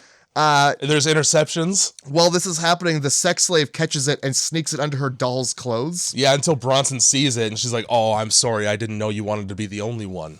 Yeah, what do you think she's doing with that severed dick? We all know what she plans to do with it. See, she's got a doll and a dick. I thought it was funny, haha, yeah, the doll's got a dick. That's hilarious. Not she's gonna save that and yeah, no, that's what she's doing. bring a. She's probably gonna strap it to the doll. Bring a second dick into the equation. Oh my god. Yeah. So that's a very long scene of homeless people being disrespectful. And it's and this guy who had his dick cut off, super fucking limber, because once he finally gets it back, he's like, I gotta go to the fucking hospital. Cab won't pick him up. He's jumping on cars to jump and catch it, and then he straddles the back of a school bus, dick in hand. Kids on the bus in the movie. Oh my god, do not look out the right side window, kids. How are you not on your knees and side holding where your dick used to be? Immediate phantom pain. Immediate, like an amputee. Yeah. Oh, when he catches his dick finally, he dives and hits the pavement. He puddles that dick too, like that. We can't sew that back on. Good sir, there's leaves and a cigarette butt in this dick. At least one cigarette butt. Also, look at you. It's already infected. I need a hazmat. Yeah, it was infected before it got cut off. Also, it got cut off with a femur bone knife. Yeah, that he had like just finished scraping the blood and guts off of. Like, jeez. All right. Seeing that dick hit the ground though made me think of Planet Terror. Yeah, totally. So it's either a dick or it's balls. We bring it around every time. Yeah. So we're at the prison. And this is where they've got Nick Duran. Yeah. Because they found his girlfriend. The Italian mafia owner whose girlfriend was ganged and dropped by the river. Mm-hmm. And then Frank showed up and you remember the show Tales from the Riverbank? You ever watch that? What? No. So, it sounds like a horrible, like I know Red Shoe Diaries, so I'm picturing. It was a children's show. Oh, okay. With rodents, Hammy the hamster and his friends. Yeah, and they would just feed him seeds and then voice him over. Yeah. Anyway, I wrote down Frank definitely got some tail by the riverbank. Oh, I wanted to say that out loud. I knew that was going to be your reaction. Thing. Yep. So the police are questioning the doorman and Nick the Dick. Right. The doorman also, the second that there's a cop nearby, so disrespectful to the dude who's like, who can call up Big Tony tonight and have you in cement shoes by like dinner. Oh yeah, he speaks up the moment that like he's what do you call it, like a keyboard warrior? He's like behind the screen, he'll say whatever, but also like fantastic police officer because this is fucking Bill, and the first thing he says is, I can't protect you 24/7. Like good, it's only your job. Just so you know, with what you're saying, like I probably should have told you this before you mouthed off, but you got like 20 minutes, and we're having a birthday party in here. You got to go. And 20 minutes before you're very closely acquainted to fish and what it's like to swim with them. Also, great cop for getting up from the desk and walking away while a man is threatening to kill a teenager in a precinct and then smacks him in the face. So commits assault. We're just gonna let that shit slide because it's the 80s in New York and I'm a cop. Well, and it's maybe it's likely this guy's he's like working, he's like in his pocket, I'm like, I'm gonna get up now. I didn't see nothing. Have you seen Bill the Cop's teeth? Does he look like he's in anyone's pocket? The only pocket that, not to mention when he shows up for this, he looks like he just got back from a heroin binge. Why are his eyes gray as the Dickens? It does look like somebody socked him in both eyes. Holy fuck, he's sunken. Oh, during this scene, well, this kid's talking shit. Yeah. He was like, if you loved her so much, then why was she outside throwing up? I think it was the throw up that attracted the winos. They just smell alcohol, like. Obvious, I can still have that. That's probably still good, like a cat. His question though baffled me. Because those two things don't have anything to do. She's outside throwing up because she wanted to throw up outside. That's respectful. That's not going to stop me from loving the woman. Well, I think it's more better than throwing up on me. I think he was more concerned with, like, why weren't you there holding her hair? Because he's got important cane business to attend to. That's fair. Oh, all right. You know what? He does have a cane. Maybe he was on his way. Good God. Cut right from the precinct.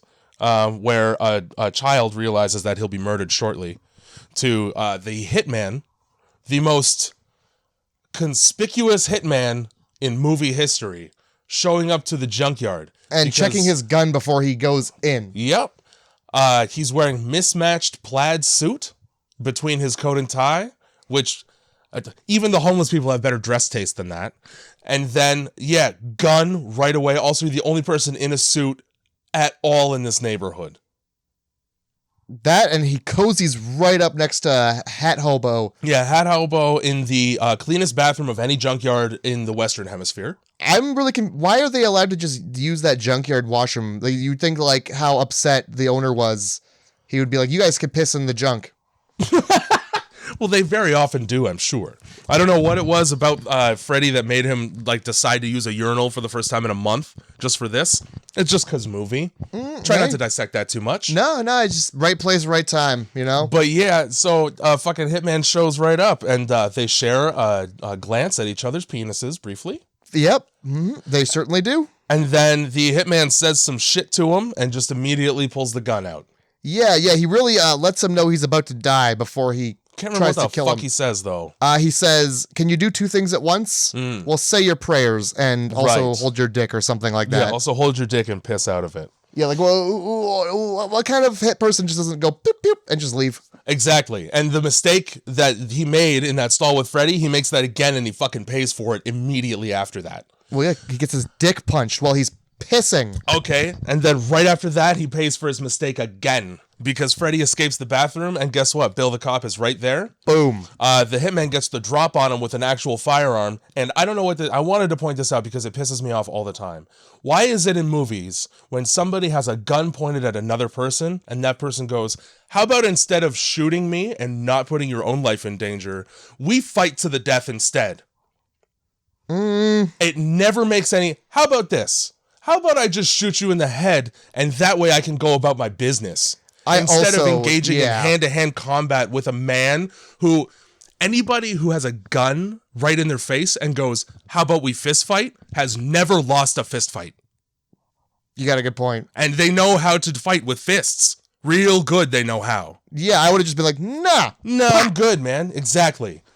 So he gets what he fucking deserves because he gets his fucking ass kicked back and forth. Oh my God, he gets his ass beaten, and then the cop drags him into the bathroom and forces himself to throw up on him. For no reason other than to just give him the middle finger. Yeah, this is the layer of disrespect I've got. So good, dude. I've never seen that in any other movie. Who dispatches with their assailant and then vomits on them? Like, not even like regular regurgitate vomit. Finger throat bulimia vomit. Yeah, it's mostly bile. Next time I get into a fist fight, that's my move. Yeah, I'm throwing up if I win. The owner of the junkyard comes out. Before we get to that. Oh, okay. I need to read off the list of things that this hitman sucks at. Okay. Because that was bad. He can't fight worth a shit. Okay. He can't even kill a homeless man who's defenseless and pissing. Maybe this is the death squad that the homeless people can afford. Exactly. Best hitman ever gets his ass kicked by a beat cop in his 40s. All right, so that makes him the worst hit. Stop buying your hitmen from the same place you buy butternut squash. This hitman couldn't dispatch a taxi. This man couldn't kill the lights. This man couldn't off a stovetop stain off his cleaning product. This hitman couldn't take care of the grocery shopping. This hitman couldn't whack a mole. This hitman couldn't ice a burn. This hitman couldn't waste water.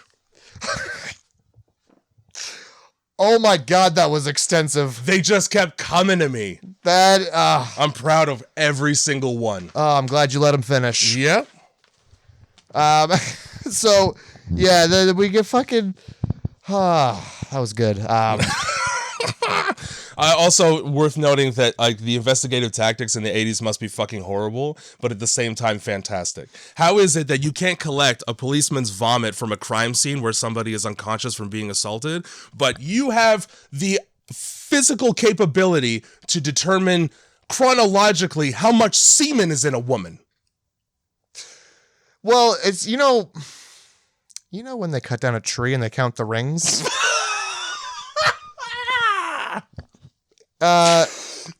This ring had syphilis. Well, yeah, so first of all these cops in this movie, I don't think you see a single one with a notepad and pencil. No. They're just like... None of them are taking statements. They're just going off of memery. Yeah, and praying. I think I remember that guy. So you got that already, vouching for the coppiness of these cops. Yeah.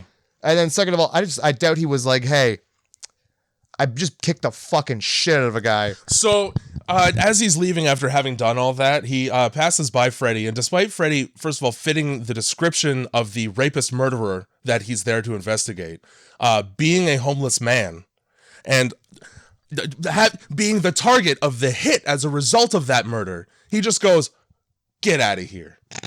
Good Get copping. out of here. Excellent police work you just did. Get out of here, you scamp. Freddy is at least an accessory. Oh, maybe take him back and ask accessory? him some questions. I think he's the perpetrator. There's a difference between gang rape and regular rape. one lasts longer, probably. There was more than one crime that took place that evening. Yep. Oh my god. Freddy is definitely a criminal. Oh yeah, let's not. Yeah, so Frank fucking pops out and he's talking to the cop, and Bill the cop goes, there were layers of semen inside of her. Layers, like a cake of semen. Somebody's making a fucking semen Twizzler in here. A semen comet pop. Is that what they're called? With the rings? It is. This poor woman had the Michelin Man inside of her. Oh, she's a semen jawbreaker. That's the best one. Oh my god, dude. Oh my god. Layers of semen, and the third one from the end had syphilis. Yeah. Again, I don't think forensics had the technology to chronologically rank load deposits in the 80s. Just peel back those layers. Oh my god. Load by load. It's just like, we gotta go in and swab. Oh, this one looks different. But the next one, this is a different color too. It's like when you paint over top of a painting and you wipe it a little bit, you see what's underneath. Oh, there's more. You just keep. Oh, another painting. This woman's got an onion of cum inside her. A cummion.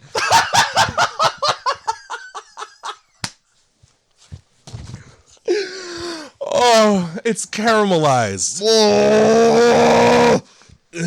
At the mere mention of syphilis, Frank just begins itching his gunt. Yeah, and apparently his dick, where the syphilis is located about a foot to the left.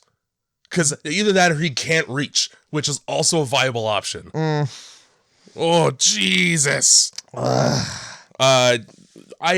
The fucking Bill the cop goes, I'm going to be back tonight with backup and we're going to fucking tear this place apart.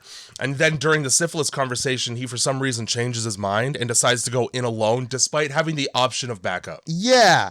And what the fuck happens to him, Matt? Well, he discovers a blanket writhing around and making awful sounds. Upon investigation, it's a sex slave having just a fit. Yep. Under a blanket. Just freaking out with that fucking doll weirdly for no reason. Yeah, and then this is when, he gets stabbed in the back. He gets stabbed in the back with a human bone knife. And it gets broken off. And then, Bronson, the assailant, I don't understand where this guy's getting his aggression from. It's just a dude chilling. You got plenty of those around. Yeah, right? He's just looking. This one is the one I choose to stab in the back and then fight with. Now, this knife, this is Houdini's fucking knife. Because shot for shot, this thing disappears and reappears at anyone's convenience and will.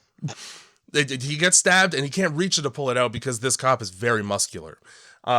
He falls down onto a car seat and then the knife disappears ostensibly so that he can lean back on the seat and provide a fucking rocket-propelled dick kick. And then when he gets up, it's right back in him. Honestly, it's so deep in him. Like, how is it not coming through to the other side? Yeah, how is he still walking with his legs? Because, Bronson grabs him and, slams him on the ground a bunch. You would think it would just start burying itself just right in him even further. Even the sex slave hits him in the back with something a couple times. It's also dead center, so you'd think that his spinal cord would be fucking severed. It's a bone knife. Yeah, you would think that, he would just collapse and die immediately. Bronson delivers, I think it's... I can't remember who delivers the headbutt. I guess it's the cop delivers the upward headbutt. Yeah. I've never seen an upper butt before. An upper butt? Yeah. You're a plumber. It's like it's just your uniform. Never seen an upper butt before. Did you not watch The Poor Lady in the Red Dress 20 minutes ago?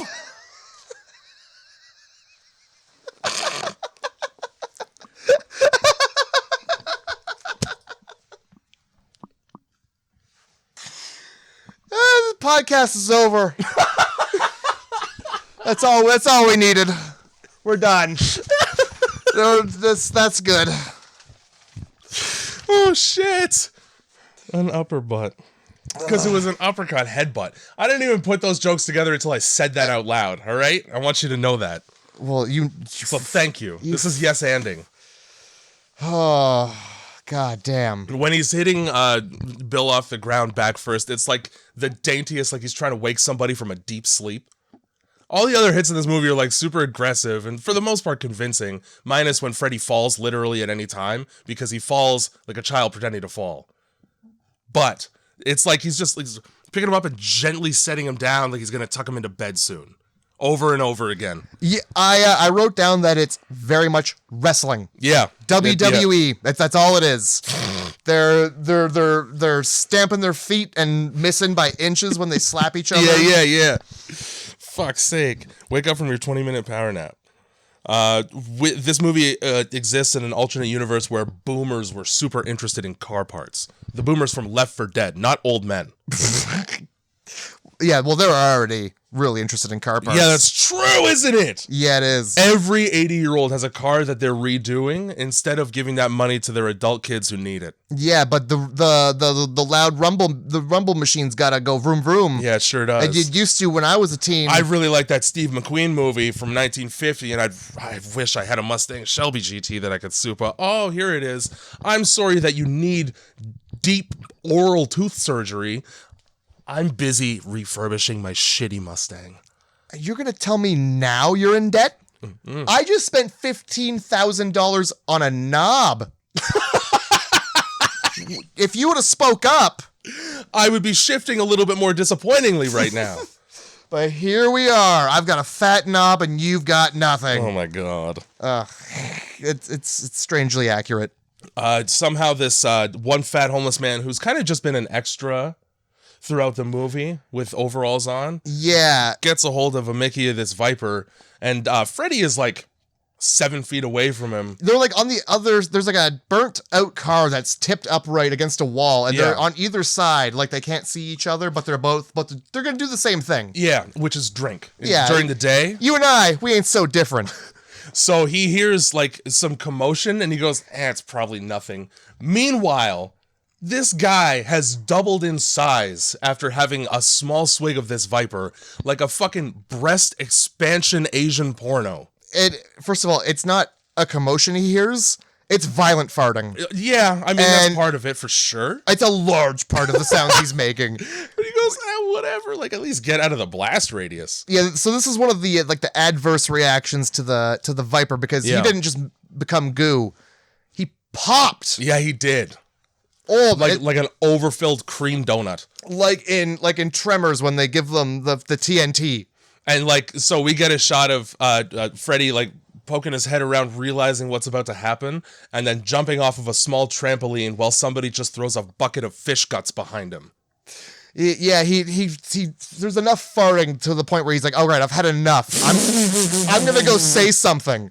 And he goes around the corner and there's just a man dying. Yeah. And he hangs around long enough to be like, to be within the nuclear fallout zone. Yeah, I was watching the timer tick here, and I've got to go now. Worst bomb defusal technician ever. He's the guy who waits until there's 2 seconds left to just cut the wire. That's the color he likes that day. That's a risky move. Yeah, dude. It works more often than you think. How many fucking bomb defusal movies have you seen where this wire? How many? I mean, you've got a point, but like, why are people still building bombs where there's just wires? You know what they do now is they build bombs with a bunch of fake wires that do nothing in order to waste time. Good. You know what? That's what you get for thinking it's wire related still. You know what I like is the ones that have mercury switches. Those. So it's like it has to remain upright. So okay. And then once you tip it, the mercury goes back down to the bottom and trips the wire. That's like the starter? Yeah. I like it. I think we should just take every bomb and throw it in the ocean. Fuck trying to refuse them. Refuse them, defuse them. Just put them in the water. Yeah, I think that's pretty cool. Yeah. I'm all right with that idea. You get your fishing out of the way at the same time. 2 birds, man. Yeah, people could watch. Yeah. It'd be like, it's like fireworks. It's a fun for afternoon. Yeah, underwater fireworks. Boom. Water rains down. This is better than SeaWorld. Oh, wow. This is better than SeaWorld because they're not caging the whales. They're just blowing them the fuck up. The death is much quicker and a lot less depressing. Yeah. Yeah. It's almost a celebration of life. So Freddy puts the twos together about this exploded man. It's so funny, like, he gets so close to drinking this fucking Viper like 5 times in this movie. Oh. And something stops him over and over until he realizes it's the problem. He gets the bottle to his lips. Yeah, dude. And how much of this toxic sludge do you really have to drink before you're dying? Because it can't be much. All right, I'm gonna look. It's a Mickey. Yep. And it's wine? It's an $8 Mickey, so it's like a half Mickey. I think it's 250 milliliters as opposed to 375. And it's wine. And it's if you're not chugging that, yeah, and you're an alcoholic, you're barely staving off the headache and the shakes. Like everybody just has like a sip. Like what's this, a little bottle? Yeah, what's this? Wine I can chug easily? What this is just a little more than a glass of wine? Yeah, I was gonna say it's a glass of wine in a bottle. This is the perfect measurement. Fuck. So he goes, I gotta go tell Ed, the liquor store owner. Not the police, not anybody who can actually do anything. Let's tell Ed, the liquor store owner, who earlier on in this exact scene didn't believe me when I was telling the truth about things. Good old Ed. Yeah. God, I love Ed. That's a reliable guy to go tell. Doesn't get there in time. Yeah, Ed has a swig before he can be warned, and holy fuck.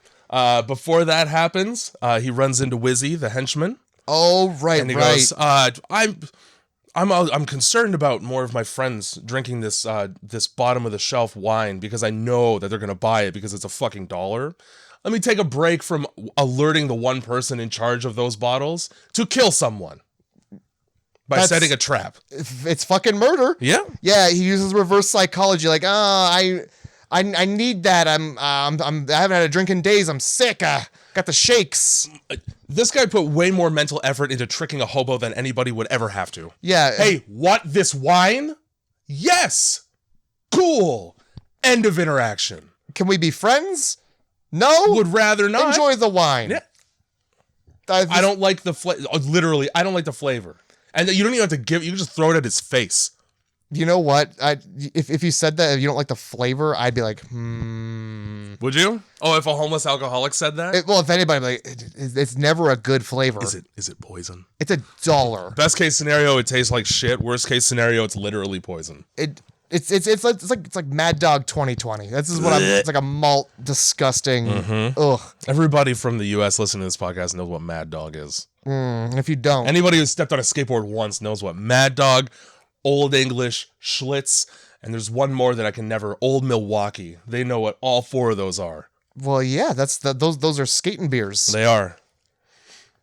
During this scene, this is why I went back to it, because before we get to Ed's place, Wizzy during this interaction lead pipes Bert, who shows up inexplicably. Yeah, Bert's laying on the ground unconscious. So he's doing this scam to get him to drink this stuff. Yeah. And as he's succeeded and he's got the bottle, this is when Bert's like, "Oh, I'm going to save the day." Yeah. And gets the bottle back for my friend Freddie. Yeah. And he's like, "Nah, don't do that. This is all orchestrated." Yeah, what a great friend you are. You're helping ruining me my out. master plan.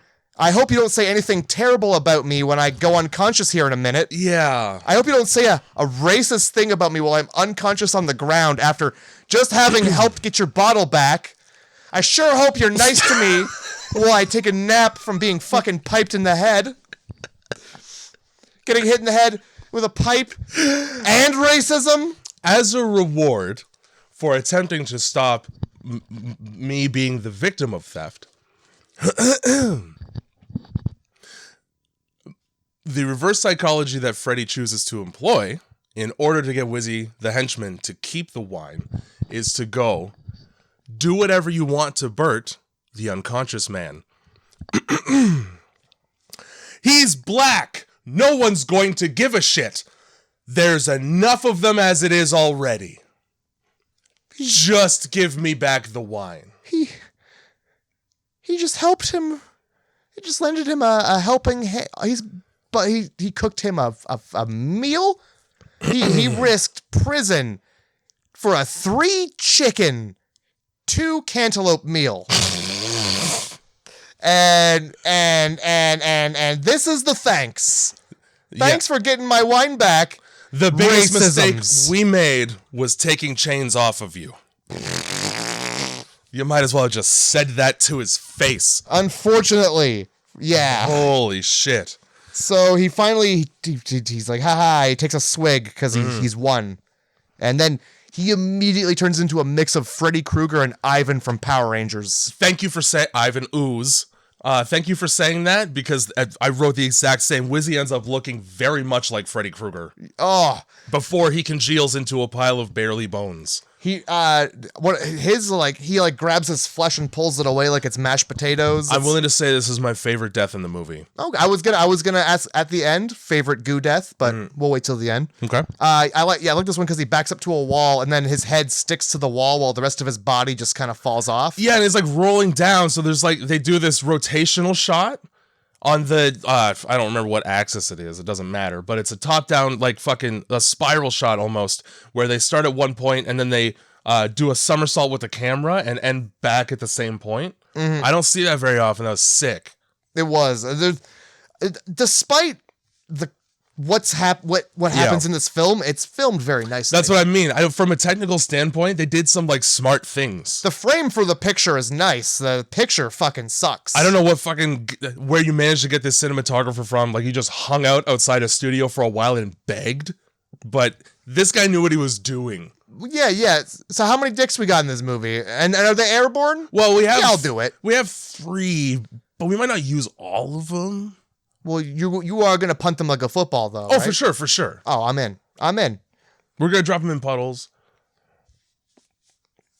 So after that, we fucking, the Eddie thing, or the Ed thing, I guess, where he just fucking melts into a pile on the sidewalk, and nobody really does anything. Is this where he's like, hey, don't drip on me? Yeah, and that's what he does. Oh, he drips all over him. Hey, don't drip on me.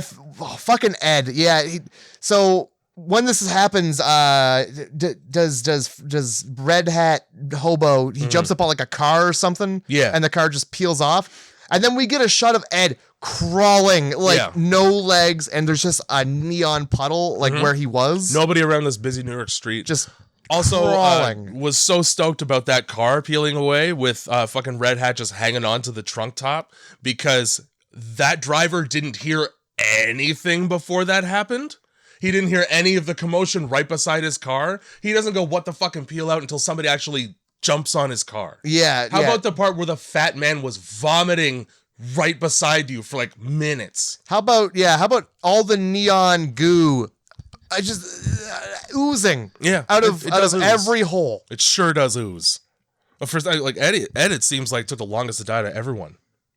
He's resilient, this man. Well, yeah. Against the poison. He's got that, he's built up a tolerance by just being near it. So we cut to Bronson using Bill the Cop's bones to make a new knife with a hook knife, which is a much better knife.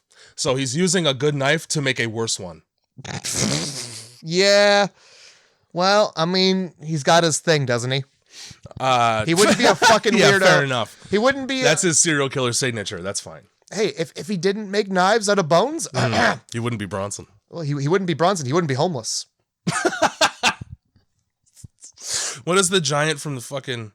I'll grind I'll use your bones to make my bread. This is the Jack and the Beanstalk giant version, like homeless version of that. Yeah, I'll use your bones to make things I can get more bones with. So while he's doing that, we see that, and again, the investigative presence in this area of New York must be horrible because Bronson is well known around the neighborhood for murdering people indiscriminately. And now we learn that he just buries them under rocks in the same junkyard that he lives in. No police officer has ever put those twos together, I guess. I feel like just police officers, they just don't go to the junkyard because, like, when you go to the junkyard, you know, like, all this paperwork. I'm gonna, like, no matter, even if I step foot in there, I'm gonna see a crime. I got 3 or 4 cases on my fucking desk right now. I don't need 18 more from the junkyard. You can't swing a dead cat around the junkyard without hitting at least one crime. And you'd have plenty of opportunity because it's a junkyard. There's dead cats everywhere. And not only that, you're swinging a dead cat. That's gotta be something. That must be a crime too. That's just bad. Anyway, on the topic of racism, there's 2 people piling rocks on top of this dead police officer. One of them is a person of color, and he's the only person in this movie with handcuffs still on his wrist. I didn't take notice to that, and I think it's because I didn't want to.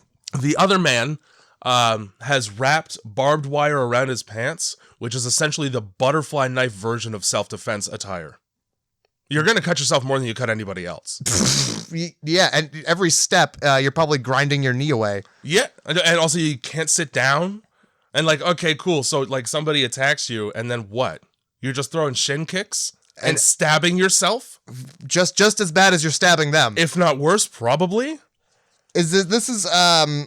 So yeah, these are the two. One's got like a gun, and the other one has just the bottle of Viper. Yeah. Okay. I saw them come over the hill, and I'm like, oh, cool, two guys with a gun. Yeah. Maybe they're trying to kill this guy. Vietnam flashback runs out of liquor and gets a little upset, so the black dude hands him the bottle of Viper. He's like, all right, thanks, I guess. Is this where he's just like, at some point, I think we've already gone by it, but he's just like, he's just shouting Vietnam stuff at drunk hobos? Yeah, that was, it was a night scene during a long take, which was so unnecessary because nothing happened in it, where, yeah, he's just telling a story about war crimes. This nonsensical war, and you're just like, all right. And nobody's listening because they're either drunk or asleep. Or heard it before. Or yeah, probably every night. Every night and in the morning when it's shouted in your face.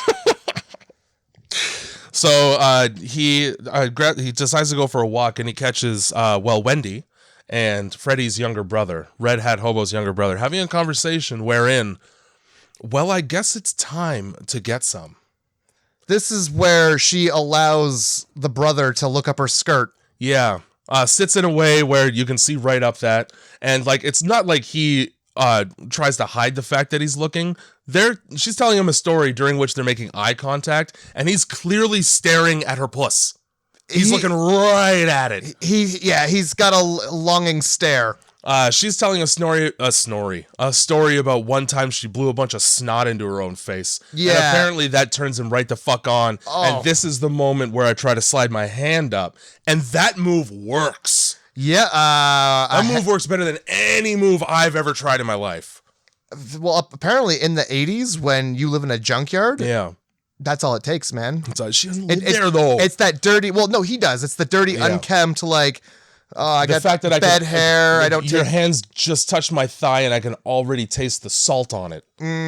Wet. Why are you greasy? Oh. But yeah, he touches her thigh, and she does nothing about it, so you know what that means. Yeah, he's down. He's about to take her to UTI town. Yeah. Urinary town infection. So fucking Bronson oversees her like a hooker, escorting this man into a back room. Not man. Let's make it clear. Boy, into a back room. And then providing a striptease to a boy.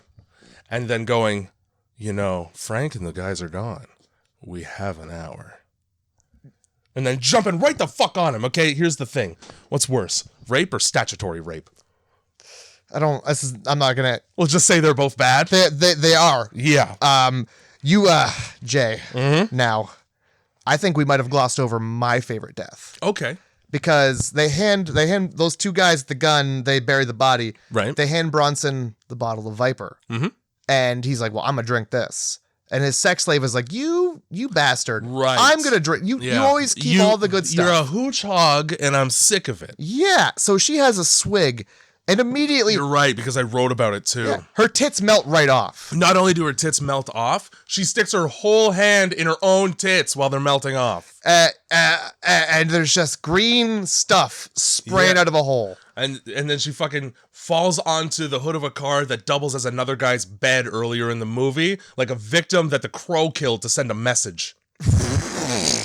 Yeah, I forget exactly how she melts because her arms out like fucking outstretched fully at her sides, and like her torso is gone, but the rest of her, she's like splayed out like a fucking victim from an episode of Hannibal. Oh my god! I just stopped at tits melted off. That's like because like her tits melt off, and that's that. Yeah. So back to the fucking an underage teen. No, I mean, well, what about the tits though? Mm-hmm. You get to see her Asian tits. Also, not those ones. Well, you get to see them. You do. You get to see both sets. I like go back to the melted one. I guess the sloppy, melty ones. Not the one that's about to commit a crime. Fucking. This is just a fucking a 10-minute long chase scene, so I didn't really write a whole lot. But Bronson bursts in and chases this poor teen, cockblocks the fuck out of a 14-year-old with no support system, which is how you create serial killers. And then chases him around a junkyard full of things that can be used as deadly weapons, none of which this kid grabs at all. No, yeah, it just allows there to be a tense moment and chases him. He hides behind. He allows there to be a tense moment like 3 times during the chase. So he's in these shelves, and he keeps like standing in the shelves, and he goes to the next shelf. He walks by these shelves, and then he goes in, and then from the direction he walks from, that's where Bronson twice. You just walked by him. Yeah, and it took. Where was he? You were trying to be like stealthy, so it took you a sec. You're not running either, and then you keep walking down shelves in this fucking labyrinthian junkyard just to like hide up against plywood for a second. So there's one part where he's in like a catalytic converter section or some shit like that. And he's hiding up against this plywood wall, and I'm like, Bronson's bursting through that wall fist first. I thought I saw the wall kind of bend where it would have been soft so badly. Because the whole thing is like Bronson is this fucking machine from Vietnam War that's super jacked, and he's super powerful. He's like picking people up and shit and like pulling them apart. So they missed an opportunity. They really did, yeah. He could have fucking Texas chainsawed his way right through that shit. They're running around the fucking running around the... Yeah. Just running. There's a lot of running. A lot of running around, up and down stairs, worming your way up and down stairs. Now, so, okay, I've noticed something with these films when I'm taking notes. Yeah. When we get to, like, this part of the film, there's never anything to write about. There's not, because climax is sort of... I mean, it's one note. So many horror movies have a climax that's a chase scene at the end. And you can only describe a chase scene in so many words before you're redundant.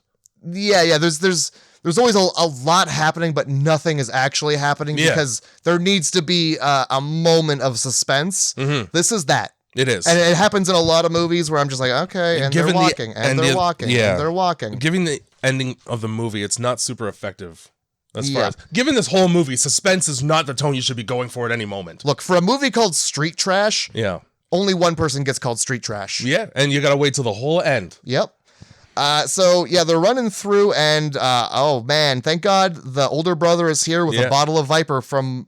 I'm guessing it's the one he's always had.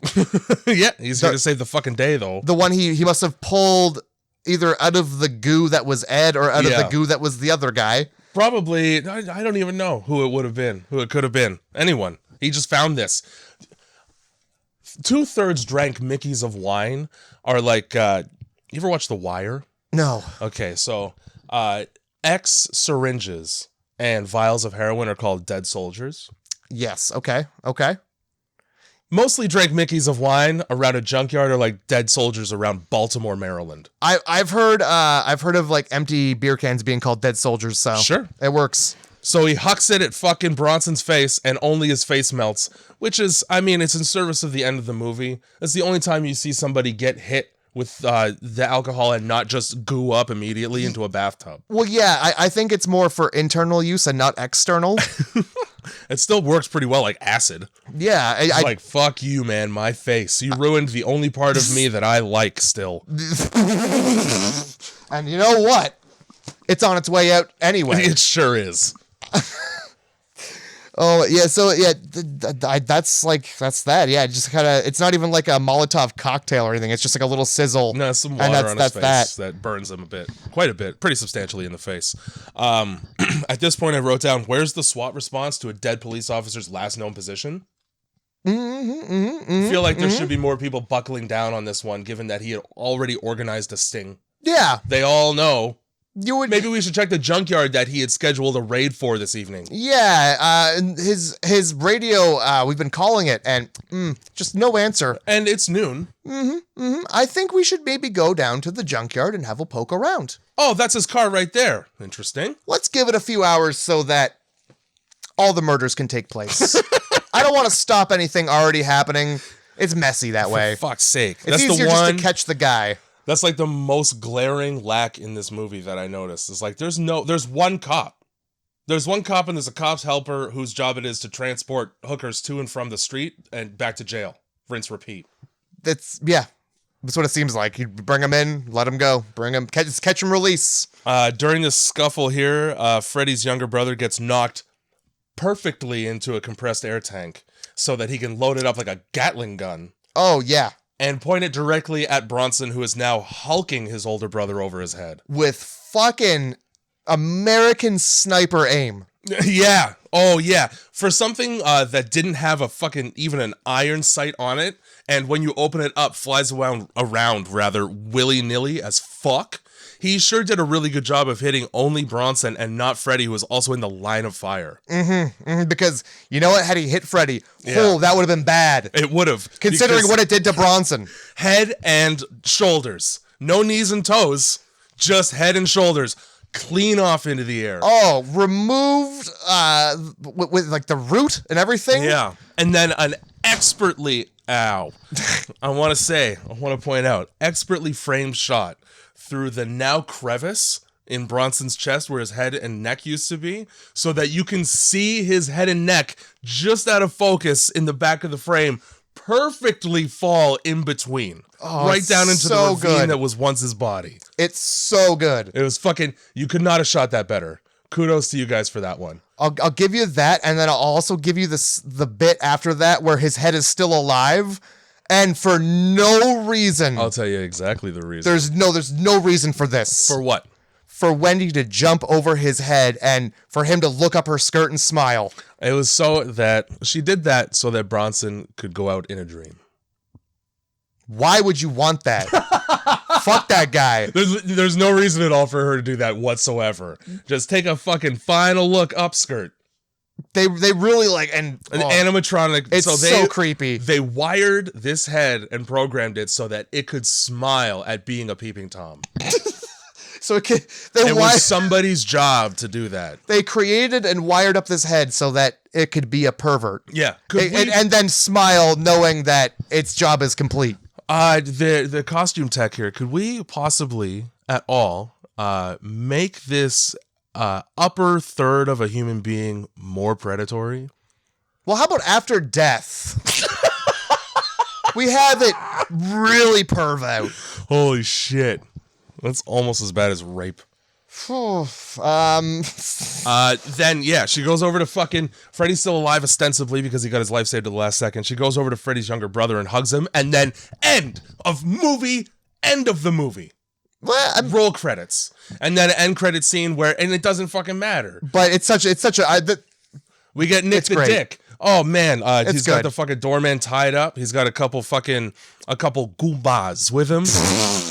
I had to say it like that. They're late for their gabagoo. And yeah, they are. And they're getting ornery about it. About to give it to this gabba guy. And he's like, oh, man, what's this in your pocket? Oh, it's Viper wine. You be drinking on the job, too? Oh, you motherfucker, you.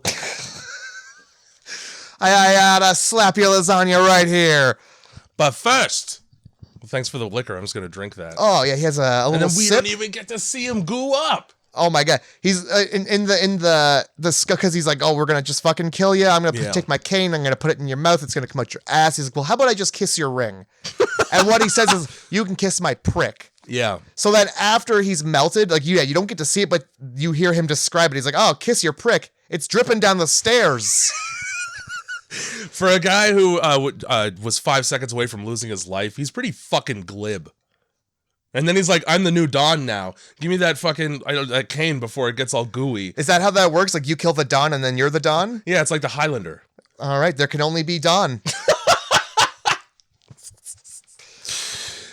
End of the movie. Yeah, so end of the film. Oh, I also want to point out that during that, before Nick the Dick gets gooed up there, while the kid is still trying to talk his way out of being killed, he goes... Because earlier in the movie at the precinct, he was like, you guys you piss in the rat stew, or not, rat stew, and then you piss on the glazed chicken when you were at a glaze. Yeah. And then he was like, I was just kidding about the glaze. I love that shit. I was having some of it the night your wife got raped and murdered.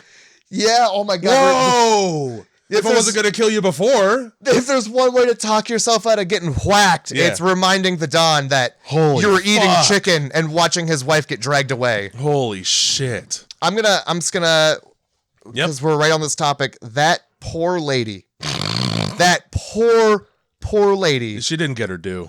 Well, she didn't get her due, but that whole scene, like, she has PTSD from being attacked by a gang.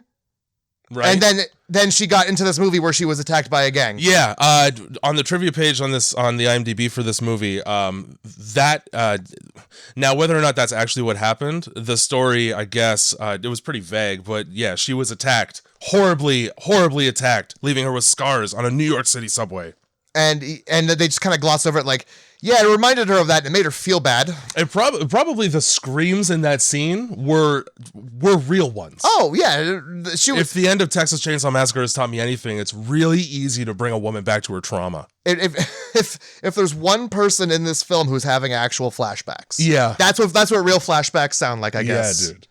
I mean, I would say Bronson does a pretty convincing job acting out what it would be like to have a PTSD dream. Well, because he's having a night terror. That's because, like, in the 80s, everybody's dad was having them from coming back from Nam. So it's from experience. You're right. And that's the film. Street trash. Fucking 7 out of 10 from me for street trash. 4. I had hoped you'd like this movie more than you did. What's your favorite goo death? My favorite goo death easily is Wizzy. The henchman. Yeah. Because it's the most graphic one.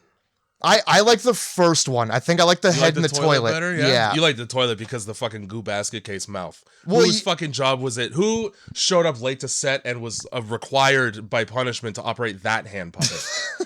It's not even it's like a full face puppet. Holy fuck. It would have gotten more points from me had there been more goo death. Well, look, you had 2 films. Mm-hmm. You had a movie about homeless people drinking stuff and dying and melting and being goo. That would have been a great film. Couched cozily within that film. Then you had a detective film about a lady who was sexually assaulted and murdered. Mm-hmm. And you kind of just put that in there. You could have done without it. You could have. That's fine. You like, those could have been 2 different films.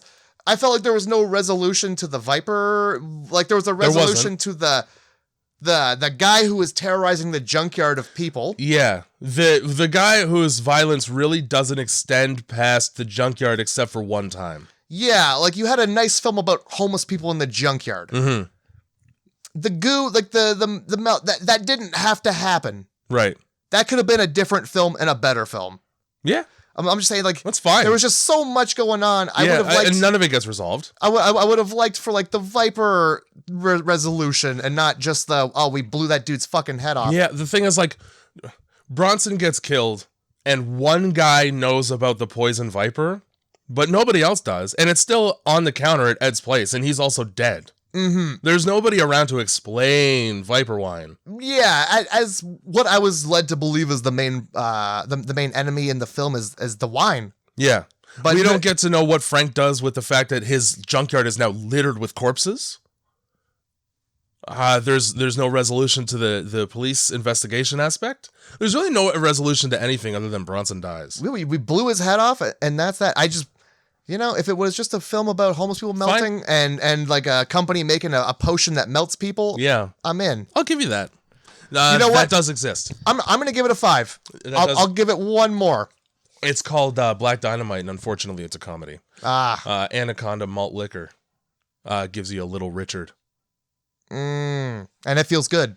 No. Well, probably not for the person drinking it because their penis shrinks. Oh, a Little Richard. I thought the Anaconda Malt Liquor slogan is "It gives you woo." Who says woo? Little Richard. Anaconda gives you a Little Richard. Anaconda gives you a little dick. Well, that's cool. I thought like it was like woo, like little Richards, and it's like a hard dick. Like, woo, that's a big Richard. That's just a Richard. All right, I got fucking 4 actually for you here. Okay. Now, one of them is kind of a gimme that I don't necessarily want you to pick, but I'm not going to tell you what it is regardless. Okay. Really a son of a bitch to get themes out of this movie that weren't goo related, and I figure 3 weeks in a row of goo is probably killing it. I mean, horror films, if they're not goo, what are they? Yeah. So I tried to steer clear of that. I got Veterans of Vietnam. Okay. I have The Dangers of Blind Consumerism, which is a subtextual theme for this movie. Nobody's looking into what Viper is. They're just drinking it because they're alcoholic hobos. It's $1. Yeah, and that. Messy Solutions to Homelessness. And just straight up addiction. Just straight up addiction. Yeah. There aren't that many horror movies about alcoholism literally. No. There was one that I found called Grabbers, which is just about a fucking alien from the deep that it turns out alcohol hurts it, but a lot of people get drunk in the movie. There's a couple other movies where drinking is like an ancillary thing that is happening in it. Okay. But very few that have that as like a major theme or like a reason for the movie to exist. Okay. Lay them on me one more time. We got Veterans of Vietnam. Okay. That one's actually kind of funny for reasons I won't explain yet. The Dangers of Blind Consumerism. Okay. We have Messy Solutions to Homelessness. Okay. And Addiction. I want the messy solution. You want Messy Solutions to Homelessness? Yeah. I got a feeling we got another good 80s movie coming. Watching The Purge next week. Cool. All right. That's fine too. It's been a hard minute since I've seen it, so hopefully it holds up to my Oh man, yeah. I haven't seen that in a long time. I think that's going to be a nice that was the whole thing about like there's a big homeless problem and now so we're going to institute the purge so that the elite can go out and clean the streets out by making them dirtier with blood and guts. Yeah, no, it's going to be a nice right turn on this goo highway. I tried. On that same note, for Dangers of Blind Consumerism, it was The Stuff. Which is essentially this movie except with yogurt instead of wine. I've never heard of it, but that's hilarious. You ever see the clip of a black guy's mouth in like a sound studio expanding to a huge mouth and then white shit coming out of his throat? No. Okay. Well, that's what that's from. For Veterans of Vietnam, I picked a movie called VFW, which is, have you ever seen Green Room? It's got Patrick Stewart in it. Some. About the punk show. So it's that, except VFW, which is the same as an Army Navy. Okay. And the main character in it is the guy from Don't Breathe. So he's now typecast as a Vietnam War vet for the rest of his life. Oh. VFW, by the way, stands for Veterans of Foreign Wars. It's just a Legion. Oh, all right, but that's where it takes place. Okay. And then for Addiction, we had the 2013 Evil Dead. Because they take her out there so she can kick hard drugs. Nice. Anyway. Props on you for not choosing The Blob. First one I looked up was The Blob, and I had to try real hard not to include it. I appreciate it. Also on the Dangers of Blind Consumerism list was They Live. That's what I thought it was going to be. But it's not a horror on IMDb. I didn't think it was. I thought it was more of a comedy because he's here to kick ass and chew bubble gum. And he's all out of gum. And then also... he's all out of ass. Because he's fucking dead. Dick Kickham. That's not his name, is it? No. Okay. Because that's what we're watching is that.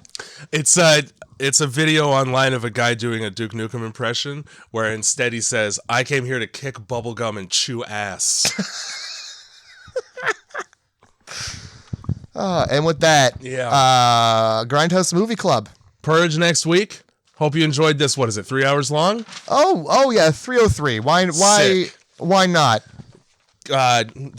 Number 2 of 2023, right there with a bang. God, that's 6 hours of podcast, and this year's just started. Yeah, I hope you didn't hate the absence too bad, because here we are. Yeah. You're gonna wish that we were gone. You're gonna wish that we hadn't left. Because these would be shorter. Well, that's the podcast. The podcast. Grindhouse Movie Club.